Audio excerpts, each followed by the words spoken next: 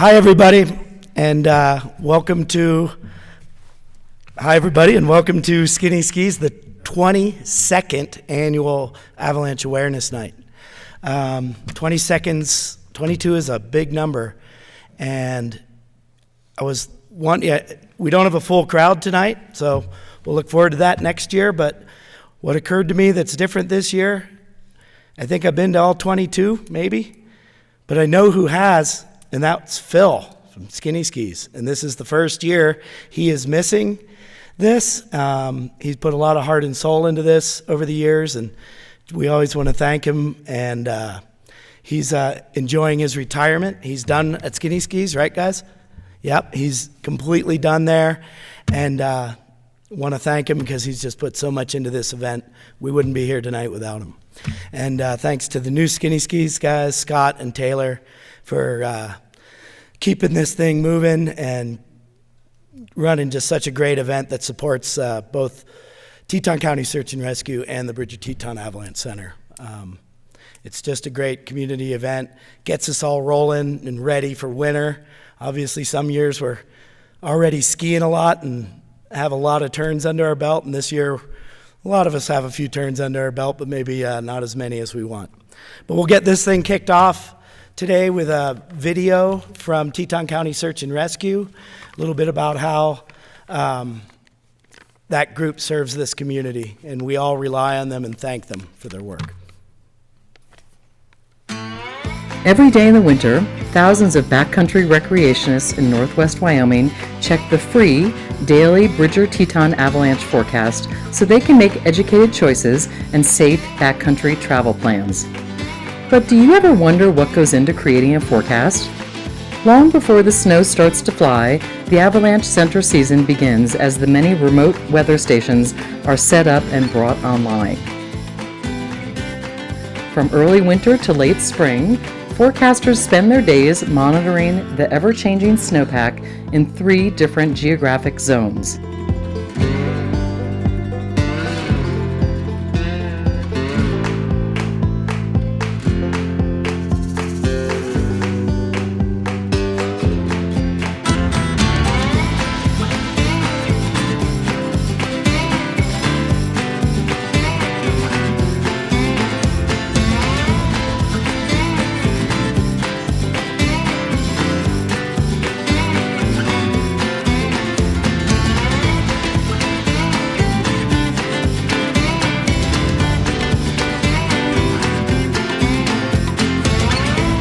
All winter long, outdoor adventures depend on the vital information the Bridger-Teton Avalanche Center provides to make informed decisions for backcountry travel.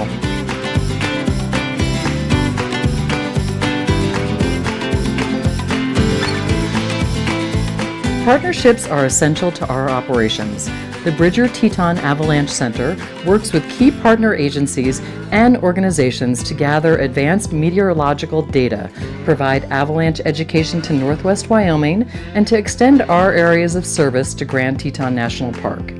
A number of groups, including Wyoming State Trails, the Bridger-Teton National Forest, Jackson Hole Mountain Resort, and the Grand Teton National Park Foundation, also provide resources and financial support.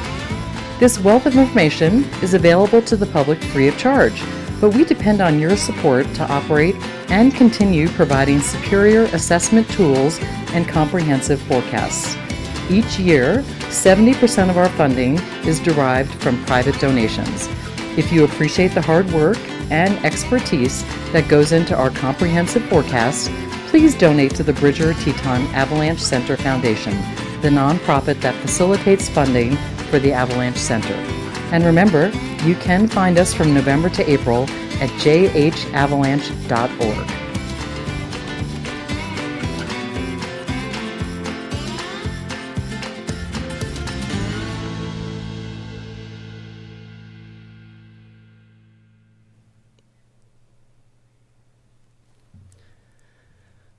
Okay, well, as you watched that, you probably realized that was not about Teton County Search and Rescue.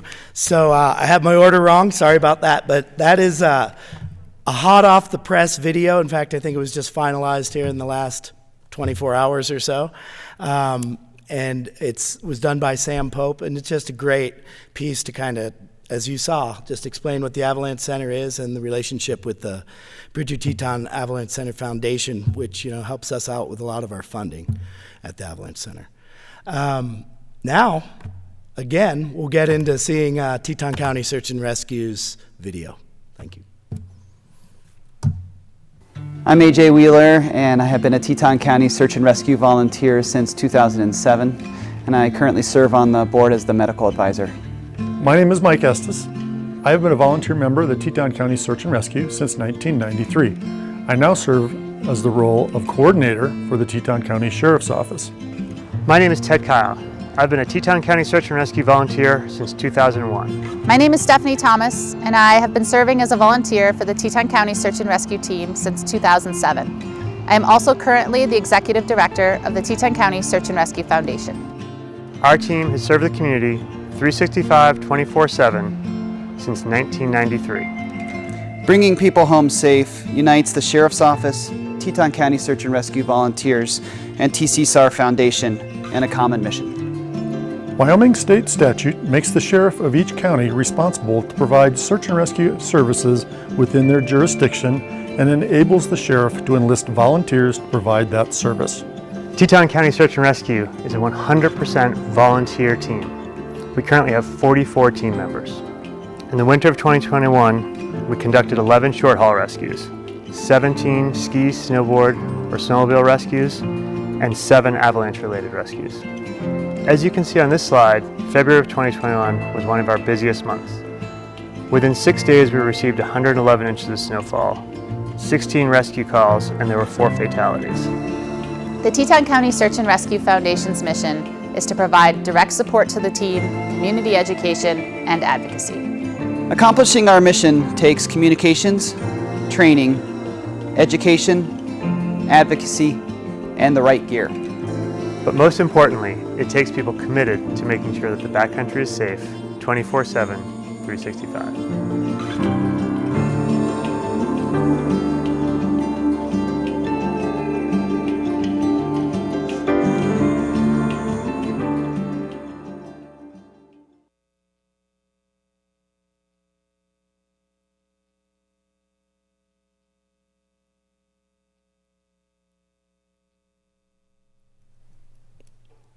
All right, our next speaker is a man who needs no introduction. However, we give him the same introduction, whether it's all the years Woody did this or me, because it's just too great of a story. That Jay Pistano showed up in town with $11 in his pocket, and he's still here. So the whole community is psyched about that. He just told me that, and I didn't know this part, that he made a decision then, gigolo or guide, and tried one for a few years and then went to guiding. Is that what you said, Jay? Yeah. He's also mentioned he's super proud. He worked with some military special ops guys for 12 years. He's been a river guide. We know him on the river for many years, and his position's funded by the Jackson Hole Alliance and the Bridger-Teton National Forest. So there's some of your donations and your government money being put to good use. Here you go, Jay.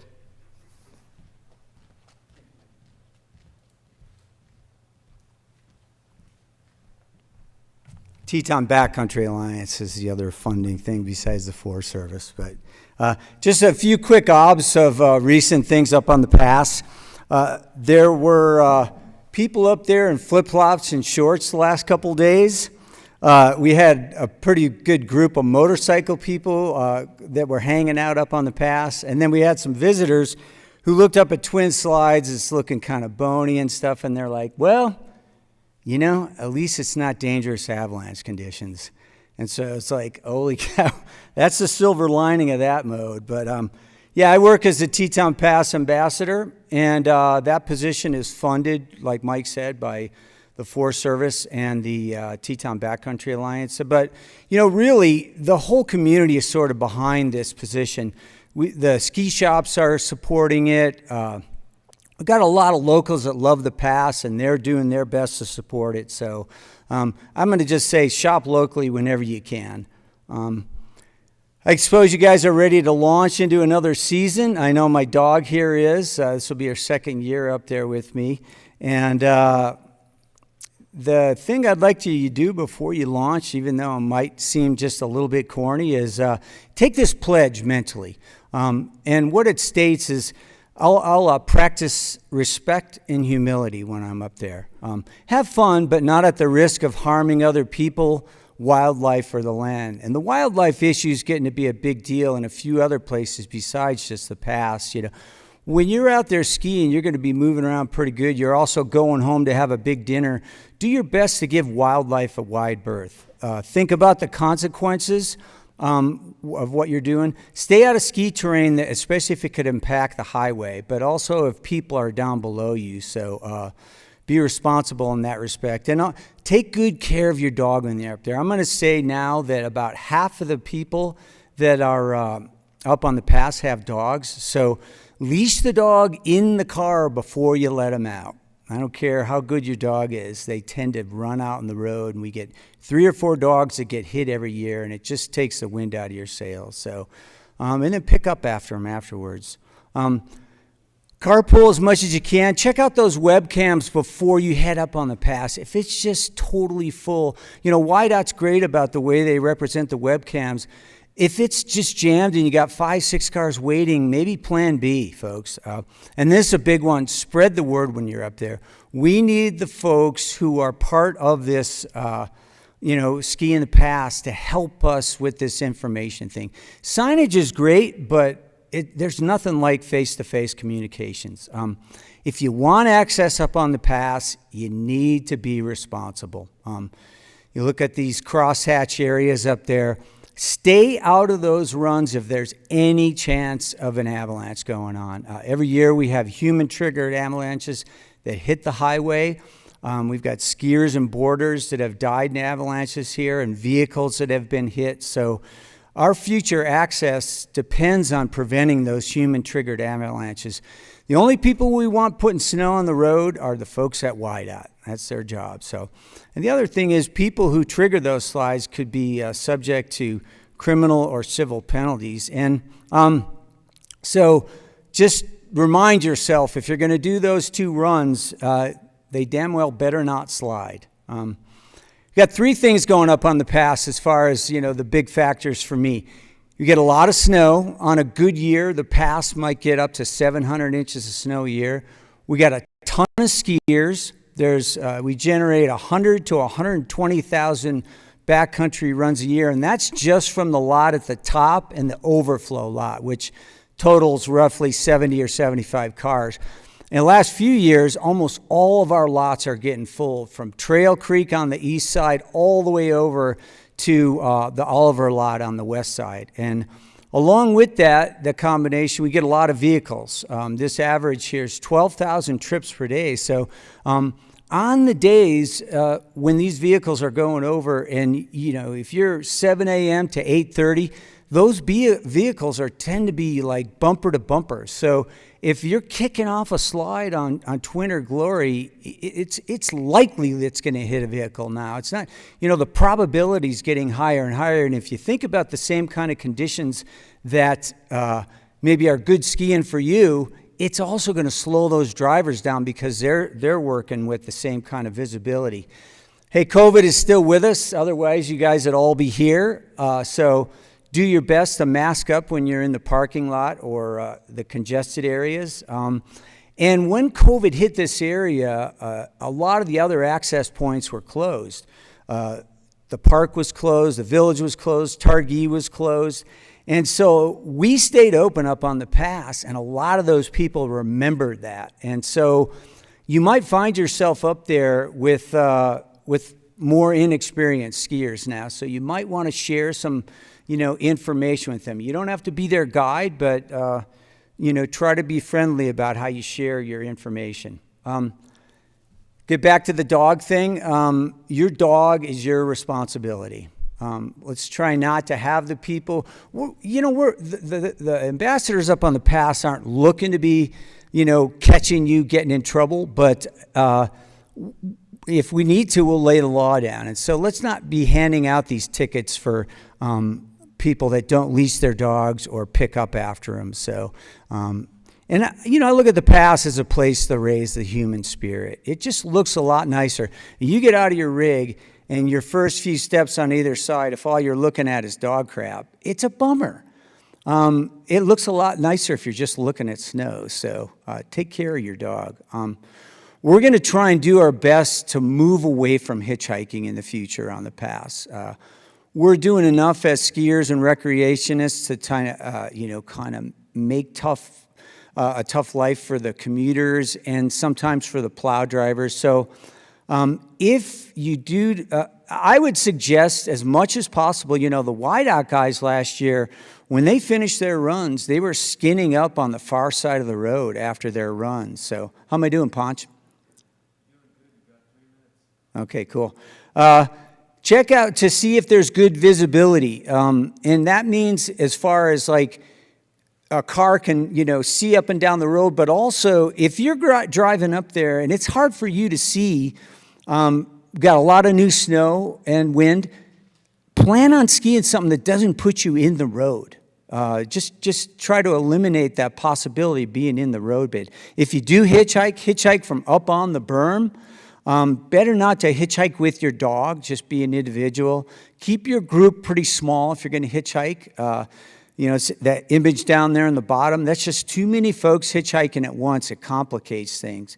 If you're the driver and you're going to pick up a hitchhiker, look in your rearview mirror. Is a snowplow right behind you? Is there a line of 10 cars behind you? Think about those things if you're going to pick up a hitchhiker. Phillips Canyon is a really busy area, folks. It's one of the spots on the pass where we have motorized use along with a lot of other things. So just when you're in Phillips, please try to share the trail and the slopes. The Teton Backcountry Alliance is doing their best to try and mop things up there. We got all of our ambassadors are coming back from last year, so it won't just be me up there harping on you. The Coal Creek Beacon Park will be in again. There's going to be some snow safety clinics offered. There's more beacon checkers coming. So check us out at TetonBackcountryAlliance.org, sir. I'll just say this. We got a lot of people working together to keep that place safe and accessible, and we need you guys as skiers and recreationists to be part of that team. So do your best to chip in. I'm going to sneak in, since I have a few more seconds here, one more batch of information. This is the overflow lot on the east side. Do your best to park in this position. Fill in that perimeter first, and then start working off the middle part of the lot. And I mean, if you're up there, help us out. Like if you see it getting disorganized, just drive away. And here's one more thing.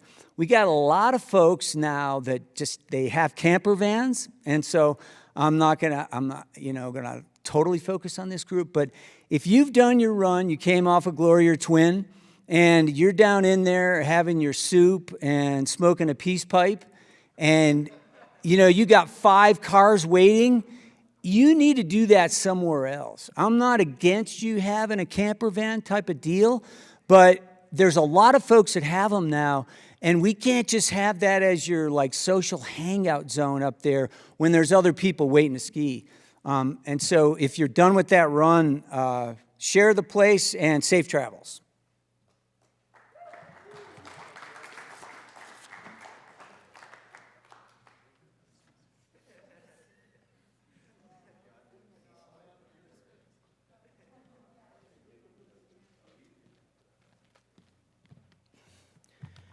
Thanks, Jay. Our next area of focus moves a little closer to the town of Jackson. In case people didn't notice, there's been some stuff going on at Snow King. It's looking a little different these days. And so I'd like to introduce Mitch Dan, who's going to come up and talk to us about some of those changes. And I would like to mention that Mitch Dan is a ski patroller at Snow King. He's also one of our board members with the Bridger-Teton Avalanche Center Foundation. So it's just a good opportunity to thank Dan for all the efforts he puts into supporting the center and all the other board members as well. And I did ask Dan how he got lucky, and he said he drew the short straw. So let's hear what's going on with Snow King.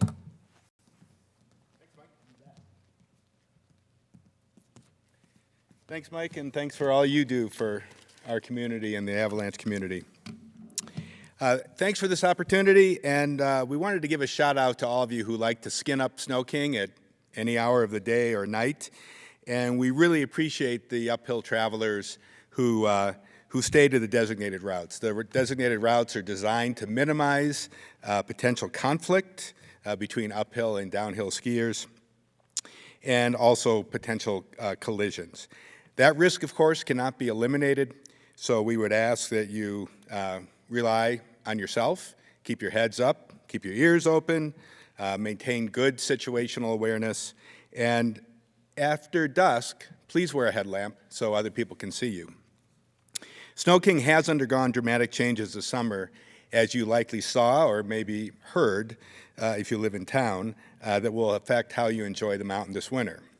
We have a new gondola that provides a comfortable 5-minute ride to the top of the mountain. The Cougar lift has been moved uphill to make room for the gondola base. There's a new lift on the backside of the mountain that goes from Leeks Canyon up to the top of the radio tower area, the true summit of Snow King Mountain. That lift is called the Sunnyside Lift. There's a beginner area at the top of the mountain near the Panorama House that has two magic carpets. There are two serious new runs. One is called Wolverine and extends Cougar to the top of the mountain, and the other is called Yeti. It's reached from the top of the Sunnyside Lift, which has probably one of the best views in the Valley of the Tetons. And Yeti is incredibly steep. The skiable terrain at the resort has been expanded to the north, south, east, and west, and there's more. These changes have resulted in changes to our uphill policy. And please help our community and our ski patrol by learning the new policy. It is for your and your neighbors' safety. For those that don't like change, relax. The booter on exhibition, it's still there, just like it always has been. Skinning up from Cougar is a big change. The location of the Cougar lift, the gondola base, the downhill traffic, it just doesn't allow for a safe uphill start on the west side of the ice rink as it has been. So in order to preserve access from that side of the mountain, we're creating a new access point that will be on the east side of the ice rink, or the left as you're facing the ice rink doors. And that will climb along the ice rink, between the ice rink and the cemetery fence.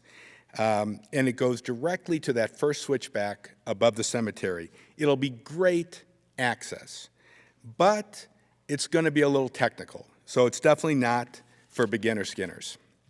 The best skinning route is from the Rafferty side. Plus, it's sunny up there on the Rafferty side.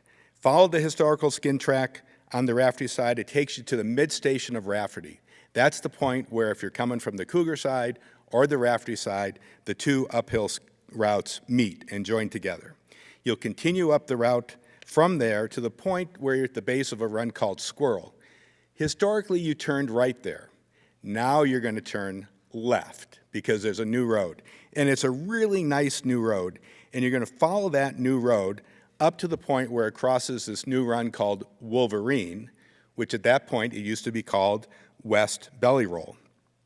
At that point, you hop on Elkhorn, and which is the old road, and boom, you're at the summit. It's going to be great. It's important you use this route because the old skin track just above Cougar is gone.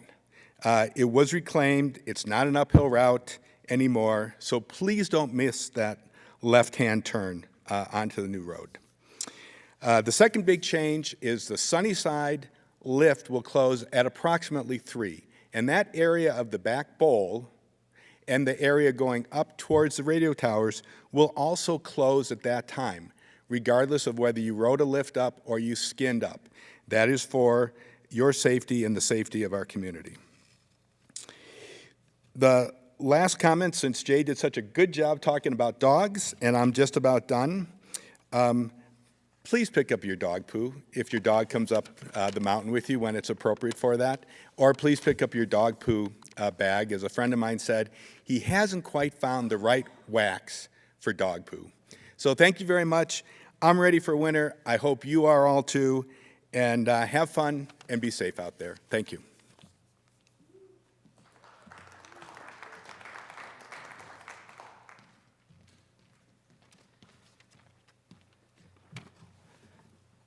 Yeah, thanks a lot, Mitch. That's great info, and thanks for spreading the word and backing Jay up on the dog mission.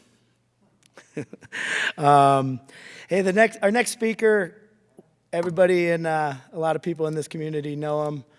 He has spoken at this event before, been a friend for a long time, spent time up at Togety Pass, worked with him on ski patrol, and he has a new title at YDOT. Brendan Cronin is now Highway Maintenance 2.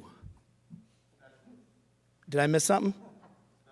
Oh, I'm sorry. Highway Maintenance Specialist 2, which is, I think, somewhere in a book, somewhere in YDOT that equates to Avalanche Forecaster, right?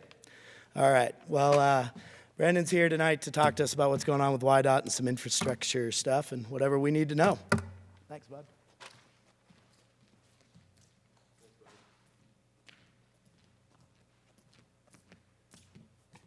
All right. Hello. Thank you all for having me. I am reading off the screen right here. I'll openly admit that. My name is Brendan Cronin. I'm one of the 3 Avalanche forecasters for YDOT. I'm here to talk to you about some infrastructure changes that we've made in the past 12 months or so.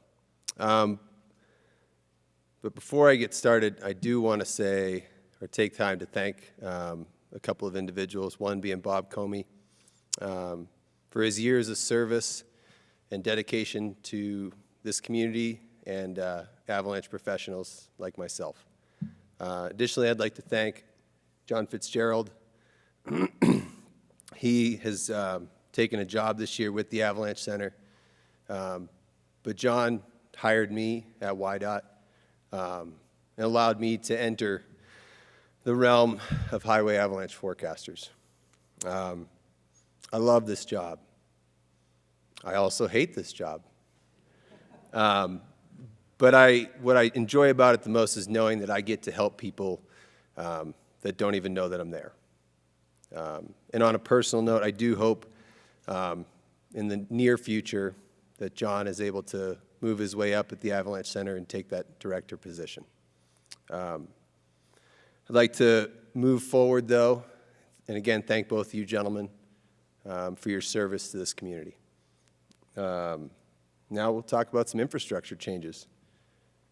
Since this picture is pretty small, it might be hard. You probably want to zoom in on whatever screen you're looking at. Those red arrows point to some new signs. Those are designating one parking spot on Teton Pass. That spot also provides an access point to the communication buildings and towers that exist out to the south. Previously in the past, if we have wanted to perform any maintenance on those areas, we've had to rope those areas off at night in order to try to save a spot during the winter. Some of you may know that those ropes and cones have at times been moved.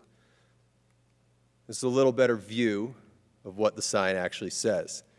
There are 2 signs. The arrows point towards each other, designating one spot. I bring this up because as avalanche forecasters up there, we are not just out assessing conditions. At times, we have infrastructure issues that we need to deal with. And on a side note, this picture was taken Sunday, November 28th. You can be ticketed for parking in this location. There have been no tickets issued thus far. At this point, all we've done is handwritten notes. This red arrow designates roughly where this spot is. As you can see in this photo, there are, I think, 6 vehicles waiting, and I say that because the 7th vehicle, that large white truck, that's actually a Teton County search and rescue vehicle. I want to take a moment again to thank those guys and gals. I am a little biased. My beautiful partner, Jen Reddy, is on the team. She's one of the short haulers. She hangs off the bottom of the helicopter and plucks people out of the mountains. And she loves it.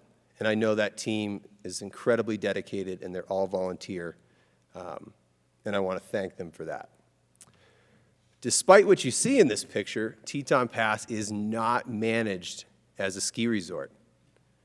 I want to state that again. We do not manage the avalanche problem as if it were a ski resort. We manage it to address potential natural avalanches affecting the commuters.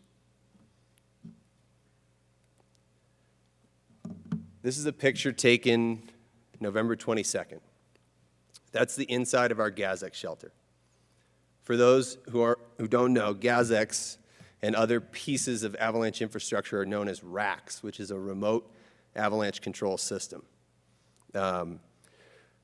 Last year we encountered a leak in this system in early December. The leak was in such a position that we made the decision as a team to not address that issue by taking the system apart for fear it could end up looking like what you see in the photo and become completely inoperable.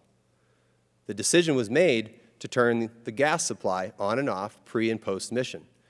So when I tell you that sometimes we need a parking spot, it's because we have to get up there and not just assess conditions, but we also potentially have to maintain, repair, and flat out just deal with sometimes our various pieces of infrastructure.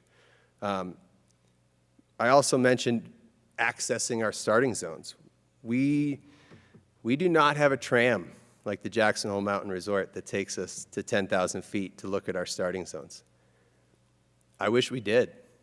As Mike said, I used to be a ski patroller. I miss that. I miss that opportunity of being able to step out of the car and get a feel real quick for what's going on in our starting zones. If I can't find a parking spot and we don't feel good about what we're seeing, we may close the road. Right? I wish that we still had that opportunity to take a tram to the summit. I am hopeful that in the future we can join the ski patrol a bit more on control routes to help us get a good understanding of what's going on. A couple other pieces of infrastructure that I want to talk about. This is our Avalanche Guard. This photo was taken in early June. This project has just come to completion as well. As many of you know, with COVID in this world, supply chain issues are a real thing. Additionally, those 2 gentlemen you see there, they live in Fernie, British Columbia. The gentleman in the orange t-shirt had projects ongoing between Revelstoke, BC, and West Virginia. He does everything from aerial tramways and elevators to Avalanche Guard systems. And just so you know, the Avalanche Guard lobs explosives out of it. The GASX uses compressed oxygen and propane. But one piece of infrastructure that always seems to work, and it wouldn't be Wyoming if we didn't talk about a gun, is the M101A1, aka the 105 howitzer. I put this slide in there because people always ask, do you still have it? I say, yeah, we still have it. They're like, well, do you still shoot it? Oh, yeah, we still shoot it. And yes, it's still awesome. But it's going away. We use it the least of any program in the United States that has a howitzer. WYDOT is actually ahead of the curve. Our remote avalanche control systems, or RACs, were first installed in 1993. And it's a big reason that we are able to phase out of the howitzer in the next few years. The Army has told us in all other programs that we have about 15 years left.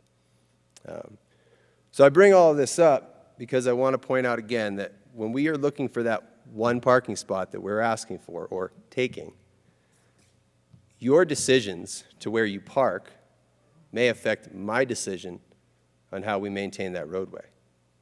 Additionally, your decision on where to ski may affect the thousands of commuters that are out there. So I do want to pause, though, and thank everybody for listening in. It does look like a pattern shift sometime next week, and it will begin to snow. Thanks, guys.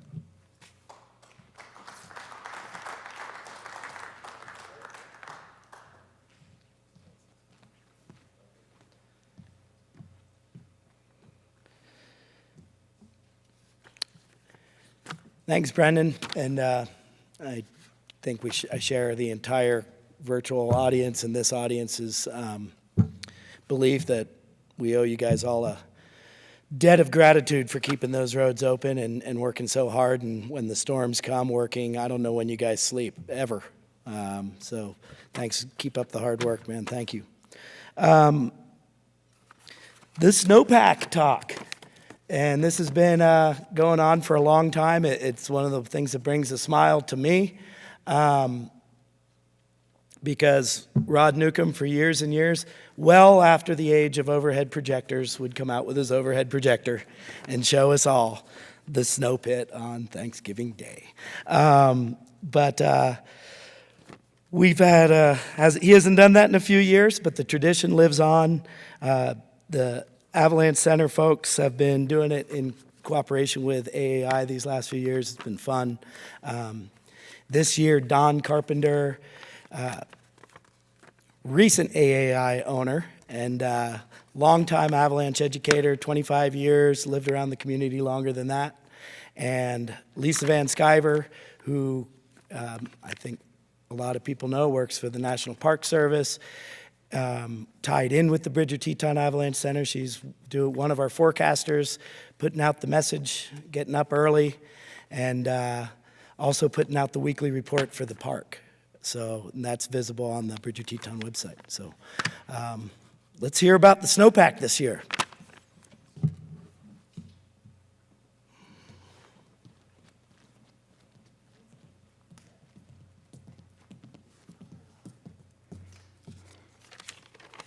All right. Hi, thanks for joining us tonight, everybody. And yeah, like Mike said, I'm the Grand Teton National Park Snow Ranger and also forecast with the Bridger-Teton Avalanche Center. And that's all funded by the Grand Teton National Park Foundation. So thanks again to them for putting this position together for another season. I'm going to start talking about the snowpack a little bit. I'll give you guys a brief history of what's happened so far, and then Don will follow. So don't worry, it'll get better. Right, so snowpack and avalanches, there's tons of uncertainty, right? Like, we all wish we could tell you exactly when it was going to slide, but we can't. We just get as close as we can. Right now, our snowpack doesn't have a lot of answers. It's actually currently, for the most part, melting. And yeah, I can't tell you that it's deep and strong, and I can't tell you that it's weak and faceted. What we got out there right now is a little bit more of a dog's breakfast. You got a little bit of everything going on. You got crusts and facets and the whole thing. So early season snowpack, 21-22. Remember, winter starts December 21st. Got a ways to go, guys. All right, so here's just kind of a recap of the season. Up top, what we have here is our graph from October through, this one goes through like November 29th, I think. And then 3 photos of glory, so September, October, November. As you can see in this imagery, September looks the snowiest. But yeah, it's been warm. It's been warm since the summertime, and the snow is struggling to stick around. It's falling on warm ground and melting off quickly during high pressures. Here we have a comparison of the snowpack, or sorry, the snowfall on the upper graph, and then the lower graph is going to be temperatures at 10,450 feet on top of the ski area. And as you can see, that dotted line, that's the freezing level, and it's creeping above the freezing level at like the top of our forecast elevation a lot through October and November. And you will note there that the thermometer there on top of the tram didn't actually start working for us until the end of the first week of October. And then this is the same graph, same time period, but for 8,000 feet. So you can see how warm it's been. And then on the upper graph, you have the light blue and the dark blue. And the light blue is representative of the water that's in the snowpack. And what you'll note there is there's actually some light blue without any dark blue. So that's rain. And here you can see, this is just give you guys a little reference on where you can find this information on your own on our website. You go into the data center and then snowpack information, and there's weekly summaries. The first summary came out for the month of September, and then it starts in October and goes through the whole season.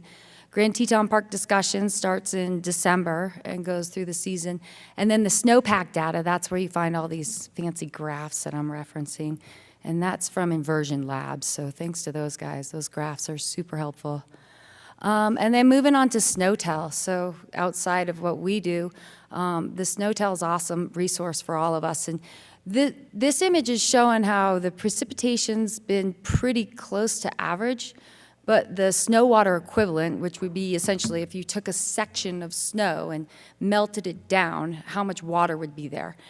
And that's below average, and probably getting less at this point. I got this on like the 29th of November, and it's only been shrinking since. So first snowfall of the season was September 19th. This photo was taken on the 20th. Glory's looking pretty white, but like I noted, most of that snow melted away except for probably the highest elevations. And then, so looking a little closer at October, you know, we had snowfall through almost half of the days in the month of October, but you can see at 10,450 feet, it just keeps getting warm, so it keeps melting that snow. And as you'll see in a couple more slides coming up here, it does turn into sort of a stout melt freeze crust at the base of the snowpack, which we thought could be a concern until we got to current events. Oh yeah, and then so let's see, I got some good numbers for y'all here. For the month of October, there was estimated 34 inches of snowfall.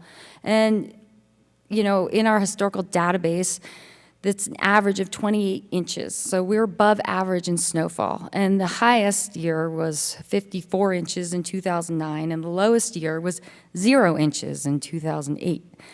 So I kind of like to think of October as the season of the skeptics versus the chompers, right? You have the skeptics that are like, oh no, it's all going to turn to facets. We're setting up for the worst winter ever. And the chompers are like, yeah, we're going to go skiing tomorrow.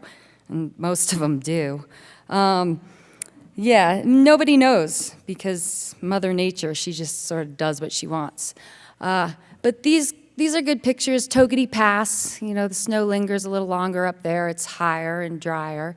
And then the high elevation of the Tetons. So that's where the early season layers are going to be more, or continue to exist in our snowpack, whereas elsewhere they're probably going to disappear. Right. So now looking into November, still not as warm as October, but still pretty warm. And then in the month of November, we had a little bit more snow than, we had like 16 days of snowfall, so a couple more days than in October. So still like pretty good snowfall. And it snowed in early November. And then you can see there after the 15th, where the cold drops really low, that was a cold front that passed, and that was followed by some strong winds. And so that event kind of scoured slopes, created wind pack, and created a crust that we thought, oh God, this could be a crust that we were going to worry about until more recent events. And so for the month of November, we had an estimated 43 inches of snowfall, and the average is 42 inches, so we're right on average for snowfall. And then the highest year was in 1983 with 97 inches, and the lowest year was in 1980 with 0 inches. 1980, it's a pretty good year. Supportable crust on the pass, so yeah, people are skiing. And then in the previous slide here, I'll go back real quick for y'all. Oh, yeah, there, I can go back. You can see there, right around the 8th, on the upper tier, there's 2 red Ys. Those mean yes, faceting occurred, and that's a process that Don will talk about. And So we had some facets and some surface hoar that appeared, and that's always alarming to us because that's what causes very tricky avalanches. And there it is with the ski pole. You can see the facets on the ground, but they went away, and new ones are forming. Here's a snowpack from the west side, probably a ski patrol over there, Mary's over at Grand Targhee Resort. And you can see those lower layers, that's a melt freeze crust. And so that's probably the October snow. And then you got the square layer, the facets over that, and that's where they did have a result in a snow pit, but nothing too alarming. And then the higher layer is probably that. So this was done on the 14th, so another melt freeze crust, the warm-up event, maybe sometime there in early November, and then or late October, and then more snowfall. Biggest thing to note is like fairly stable snowpack with a lot of crusts. Here's a video of a pit that we did on November 21st up on Glory Bowl, and again, seeing a mostly stable snowpack. Next, yeah. All right. So yeah, looking down Little Tucks. Hi, today's November.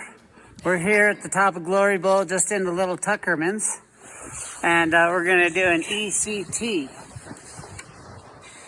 The snowpack's about 100 centimeters. We're at 10,000 feet on a northeast aspect.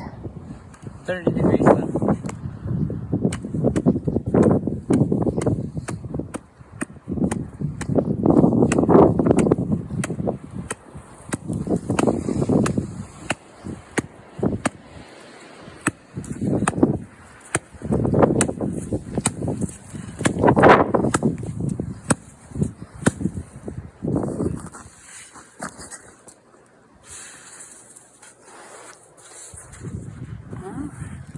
The snowpack. CTM 26 or 27? Yeah.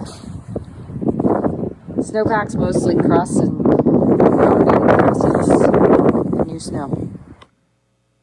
Yeah, so a pretty stable snowpack of mostly crust, and the facets that we did find in that snowpack were easy to make into a snowball, so we know that they're rounding. So that was pretty good news at that elevation and aspect to find that. And then hiking down Glory, because we certainly didn't ski it that day, you can see that, the surfaces are being affected by the sun and the valley's brown. And then here we have a snow pit by John Fitzgerald, my new coworker, which I'm pretty psyched about. And he found a lot of facets up at Togety Pass. That's not surprising. We wonder what's going on up there now, and hopefully we'll get up pretty soon and check it out again. But yeah, Togety Pass, always keep in mind it's usually shallower and colder, and so it's like a Teton snowpack, but scary. And you can see there's a crust there as well. So it's happening everywhere, warm temperatures. And then this young man's been submitting a bunch of pits to us, which has been awesome, Noah. And this pit, you can see the same thing, rounding facets and crusts. And sorry for those of you who don't recognize the symbols, but anywhere that bar goes out a lot further, that's a harder snowpack that they're pushing against, and so that's going to be the crust. But the thing I like about this snowpack is he went into fine detail, and on the right side under moisture, there's a bunch of D's and M's. And that means the snowpack that he found on November 22nd was all damp and moist for 75 centimeters. And we don't often get that around here. We're usually like chanting depth hoar and basal facets and stuff of that nature. So it's a little different snowpack than we're used to seeing. For the most part, that's pretty good for us. And then here's November 28th, and I spoke of that cold front that passed, and you can see there's a little melt freeze crust there, some facets forming below it, and then some decomposing new snow above that in this pit. And yeah, we, again, didn't have any concerning results in our stability tests and finding a mostly stable snowpack. And then looking over at Glory, we'll show you the next slide here. So this is the last week, and that temperature graph, the bottom line, the red line, that's at 10,450 feet. the green line is mid-elevation, so that's 8,000 feet. And the black line is the base of the ski area, and that's going to be like 6,400 feet. And so you can see how warm it's been over the course of this week. We're really like hovering. I think last night it got down to 30 degrees at the Rendezvous Bowl plot at like 9,500 feet. So we're seeing very warm temperatures. And those bottom two images, you can see November 28th, there were actually tracks on the left side of Glory there. I'm amazed they made it, but I don't think they'd be able to ski it today. You'd probably have to walk down. The snow line is quickly retreating on southerly aspects and lower elevations. And then here, this is an image from Windy from this morning. And yeah, like we're super warm down here, but up north it's really cold. So hopefully that pushes down over us, although personally I've been enjoying the warm weather. But yeah, just kind of a temperature imagery of today and just showing you how warm it really is out there. Yeah, so what else do I got for you guys? There's a lot of potential with a snowpack, and Don's going to go in and talk about that. So as far as where we're at right now, on December 1st in our historical database, we have a 24-inch snow depth in Rendezvous Bowl, and we reference the ski area weather stations the most because they've been used the longest, so they have the longest historical reference for us. And an average would be 38 inches on the ground, so yeah, a bit below average for snow depth. The highest year was 60 inches in 1983, and the lowest year was 8 inches in 1976. And then my friend Margot brought up a really good point tonight, that in December 2nd, so today, in 1985, was a big cycle that occurred at the ski area and actually took the life of one of the ski patrollers, Driscoll. And those of you who are familiar with the ski area, the Dean slide ripped to the ground. I'm not sure how deep that crown was, but yeah, every year is unique. And oftentimes, we don't know what we're dealing with until it happens. I think the biggest thing to keep in mind is that when you're the trigger, you want to be cautious with where that line is. Time's your friends when seeking rewards in the mountains. And yeah, we want to all have a pretty safe, good year out there. So, what's to come? Don Carpenter.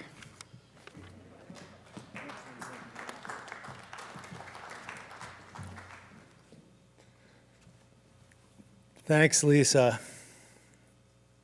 And yeah, I'm going to talk a little bit about where more on what we've got, but really where do we think this is going to go? And, we follow this early season snowpack because it's the foundation, and plays a large role in our snowpack for the year. We've got tons of this information from the Avalanche Center with graphs, but it's also, I think, really helpful for us to just follow this snowpack when we're, taking pictures, we're out and about. And here's a photo from October 15th during hunting season. And boy, early season snow, and as a skier, I'm thinking, how is this snow gonna develop? Because this could be the foundation. A week later, October 21st, most of that snow was gone, and that's what Lisa talked about. But we really do want to track this early season snowpack because it plays such a large role in setting us up for the season. So we're going to talk a bit about the recipe for an avalanche, this slab, weak layer bed surface concoction. And we often say that shallow snow is weak snow, but this year, in upper elevation north facing, we're not far below average, and we're obviously very shallow in other places, but we actually don't have a lot of weak snow this year because of these warm temperatures that Lisa referred to. Here's the pit we went out and dug on Thanksgiving Day in Avalanche Bowl, so yeah, about a week ago. And you can see from that image, if you think of it like a Jenga tower, it looks pretty right side up. It actually looks quite good. So yeah, what we're dealing with right now is variability with this long high pressure and warm temperatures. The warm temps have created a bunch of crusts.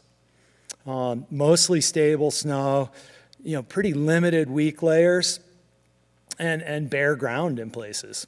So I'm going to spend a few minutes just talking about some processes that can happen in our snowpack, because we've got a lot of, hopefully it's going to start snowing here, and we have a lot of evolution of our snowpack to come. So how do we build a uniform, strong snowpack that looks like that nice Jenga tower? The best way to do that is consistent snowfall. That just, if it started snowing and it just didn't stop snowing, we'd probably see some avalanches in that new snow, but we would be able to build a uniform, strong snowpack that way. Once we have snow on the ground, these high pressure periods, especially cold high pressure, is when we can create weak layers and bed surfaces in the snowpack. And we've certainly created weak layers, we've melted them away and rounded them this year, and we have created some bed surfaces, but it's been warm enough this year that it hasn't played gone by the typical rules. So the different processes, we can have just a shallow early season snowpack with cold temperatures and create these facets, these persistent weak layers at the base of our snowpack. We can actually create those weak facets near the surface of our snowpack as well. We can form surface hoar and melt freeze and sun crusts. And we've really seen all these things happen, and then they've gotten changed back in many cases. So when we have a shallow snowpack and cold temperatures is when we end up with creating this weak faceted snow. And that is simply a process of the relatively warm earth driving water vapor up through the snowpack. And as it does that, we create these sharp angular edges, and we create these faceted grains. Again, thankfully, we don't have a whole heck of a lot of these in our snowpack right now. You'll hear people refer to depth hoar, and depth hoar is just simply a very advanced facet. It's a snowpack that's undergone that temperature gradient and vapor being driven through the snowpack for a long period of time. We can also form surface hoar on the surface, and when we dug our pit on Thanksgiving, we had surface hoar on the surface, and that's winter's equivalent of dew being deposited on the snow surface. It's this crystal structure on the surface. It's beautiful to ski in when it's on top, but when it gets buried, it becomes a really problematic weak layer. And again, most of that surface hoar in most places is being cooked off by these warm temperatures over the last week. And again, we're talking about some of these processes that may happen as we go forward when we get snow. We can form facets at the surface of the snowpack. We refer to that as near surface faceting. And around here, the most common near surface facets are diurnal recrystallization, or as skiers will refer to that as recycled or loud powder. And that's simply from warm but below freezing days, so warm sunny days, and then cold nights, and that vapor is getting moved around just in the upper snowpack. And I'll talk later about how to recognize that and identify that. And then obviously with these warm temperatures, whether it just be from warm ambient temperatures or direct sun, we can form these crusts, and those can be a great bed surface or sliding surface for future snow that comes down. And it's tricky to get into the processes, but we can actually form facets around those crusts. So we just want to pay attention to these crusts and see and pay attention to them as we get new snow coming in on top of them. So this is a young snowpack right now. How it evolves, there's a lot is to be determined. It could go well, or it could be ugly. As far as our recipe for an avalanche and the snowpack out there right now, currently, we really don't have the recipe for an avalanche. As we've mentioned, we've got these crusts in different places that may act as a bed surface in the future. And as it starts snowing, we want to pay attention to how that new snow is going to bond to those crusts. Interestingly, I saw Brendan and his crew walked up Glory today, and some of the due south-facing stuff, this is twin slides today, is really melting out. So the classic early December, you think of crust being on south-facing slopes. Well, our snowpack is withering on south-facing slopes. And there was actually a pretty good melt freeze crust on the northeast aspect of Glory Bowl proper. So we do have crusts in places that I wouldn't normally expect this early, in early December.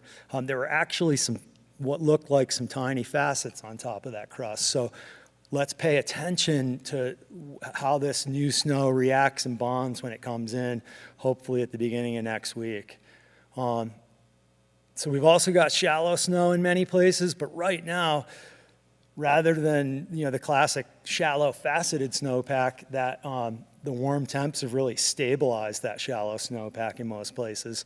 And there's limited areas. I poked over onto the north side of Glory, 10,000 feet north facing, and we did have some a light crust and some weak surface facets. So there are some places with weak faceted snow at the top of the snowpack as well. So we want to be paying attention when this new snowpack or the new snow starts coming in. And then, we have bare ground in a lot of places, particularly obviously at low elevation, but even at mid elevation. And, and that's basically a brand new, the snowpack is yet to be determined. How will that snowpack develop in these areas? So much is still to be determined. We've been talking a lot about these facets, and as snow comes in, if we get a shot of snow and then it goes high and dry, we could easily form facets in quite a few places. And I've got a video here from a previous year. This bounce test is a great way to identify faceted snow. And you can almost hear it. It's like sugar. If it bounces in your hand, it's probably faceted snow. So let's just pay attention to how that stuff bonds and evolves, whether it just keeps snowing or whether we get some snow and we go high and dry again. So we've got a relatively young snowpack. It's variable with, a decent snow on upper elevation north and bare ground close to the valley and everything in between. There's a lot to be determined on how this snowpack's going to evolve once it really does start snowing. And we want to pay attention to how that new snow is bonding to what's underneath and how it's changing and evolving. If we get that snow and go into another high pressure, because of the fact that it's so shallow, can be so shallow in certain places, let's be heads up for that faceting process to occur if we get that scenario. And it's going to be pretty easy for us to dig down with this shallow snowpack, and really, we get new snow. Let's make sure we know what's underneath that new snow and how well it's bonded to what's underneath it. So thanks, and let's hope for snow soon. Thank you very much.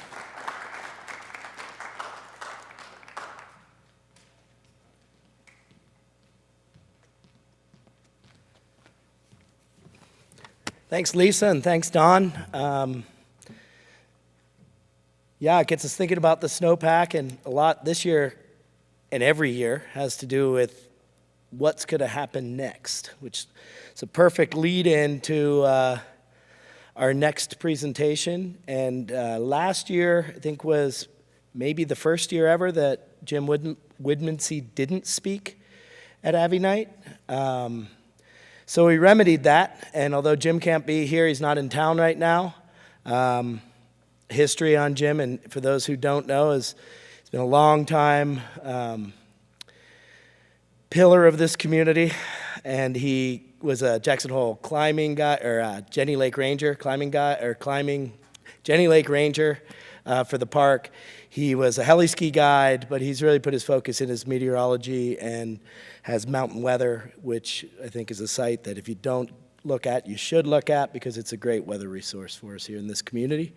So Jim, I know that I tried to get Jim's cell phone today because I was going to start with a slide so everybody had his phone so that they can just text him all the time about how much it's going to snow and when's it going to snow, when are we going to get our storms, and when are they coming. And he usually makes a big point of that at AVY Night, that he loves that on the street. So make sure that when you see Jim, Even though he's not here tonight, if you see him on the street, grab him and ask him how much it's going to snow, because he loves that. But anyway, thanks to Jim for preparing this video for us and talking about what we have to come this winter. Good evening, everyone. I'm Jim Woodmency. Some of you may know me as Woody. I'm a meteorologist here in Jackson, Wyoming, and owner-operator of mountainweather.com. Sorry to say I'm out of town, unable to attend Skinny Ski's Avalanche Awareness Night this year, live at least, so I recorded this little presentation before I left about what kind of winter we're going to have. So here we go. Well, even though we're still waiting for the big storm to get winter kicked into motion, I'd expect by the weekend or early next week, the weather pattern will change and snow's going to begin to pile up for us. And the outlook for December and beyond is actually looking pretty good as well. So before we look at the powder outlook for this winter, let's reminisce a little bit about last winter to get you psyched up. We actually started out with a little bit more snow for opening day at Jackson Hole Mountain Resort. Back around Thanksgiving time.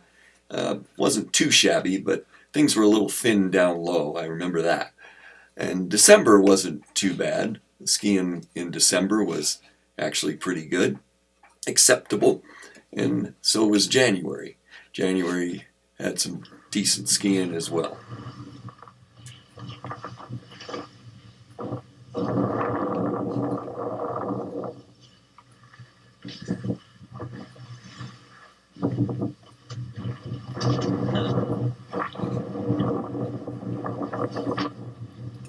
But it was February that was really phenomenal, and it just kept coming.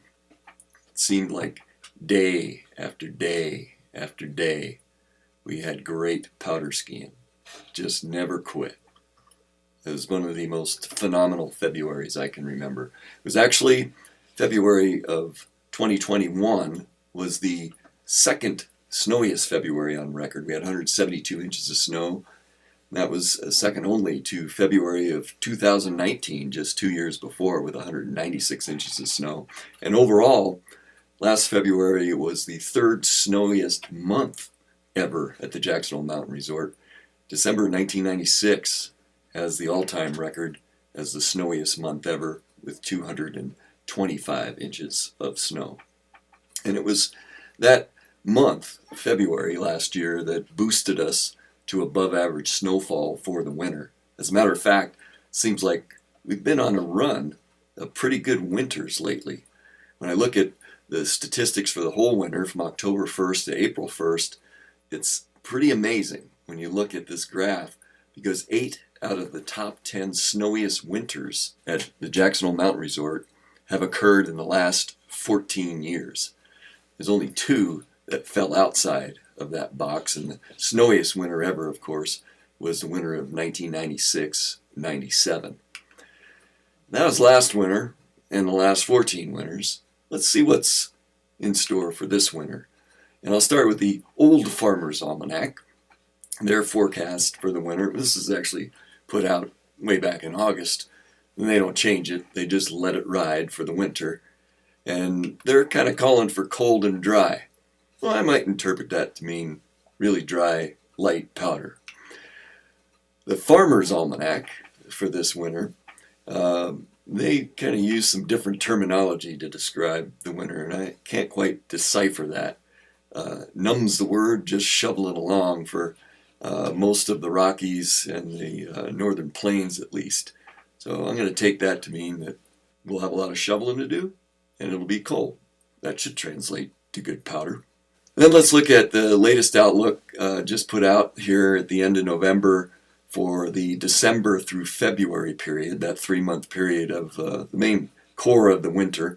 And if we look at temperature forecast for those 3 months, the northern tier from the northwest to the northern plains looking at below normal temperatures, southwest looking at above normal temperatures, and we're kind of right in between what they call equal chances of being above or below normal for temperatures. So we'll just say, well, maybe it'll come out average.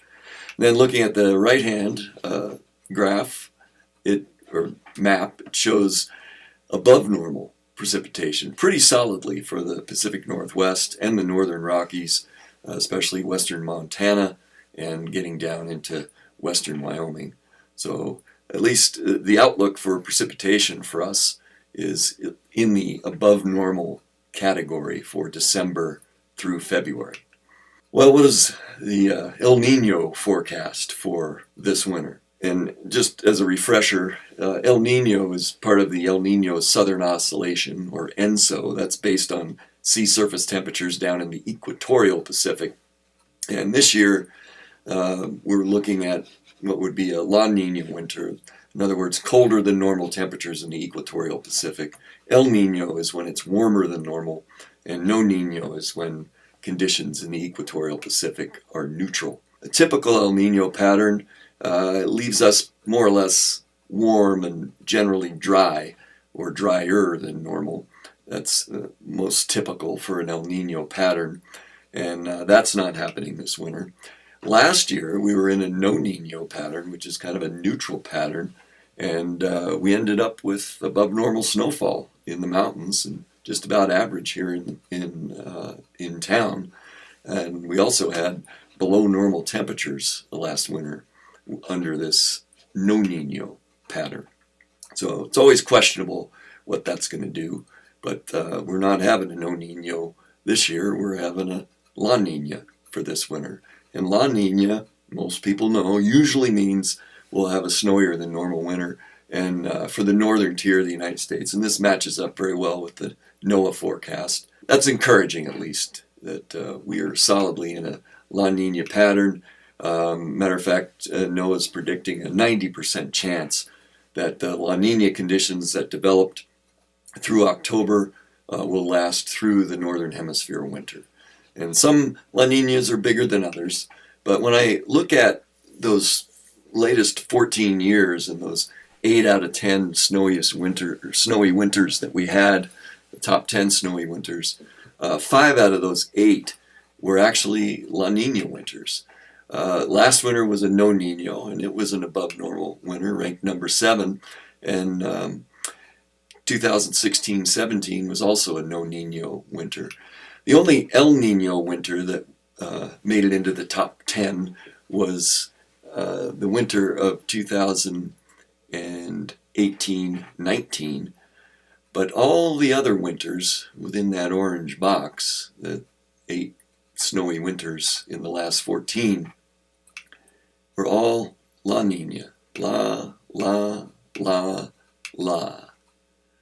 And if you're wondering, outside that box, the other 2 top 10 snowy winters were both No Nino winters. So El Nino definitely doesn't rank very high as far as being becoming a snowy winter. So it's very encouraging to see La Nina this winter, and if things follow through, hopefully we'll have an above normal winter season. Well, there you have it. That's everything I can tell you about what this winter might look like. With this small disclaimer attached, your actual weather may vary from the forecasted weather. I hope you all have a very powderful winter. Maybe I'll see you out there, preferably not all of you at the same time or place that I'm skiing. Have a great winter.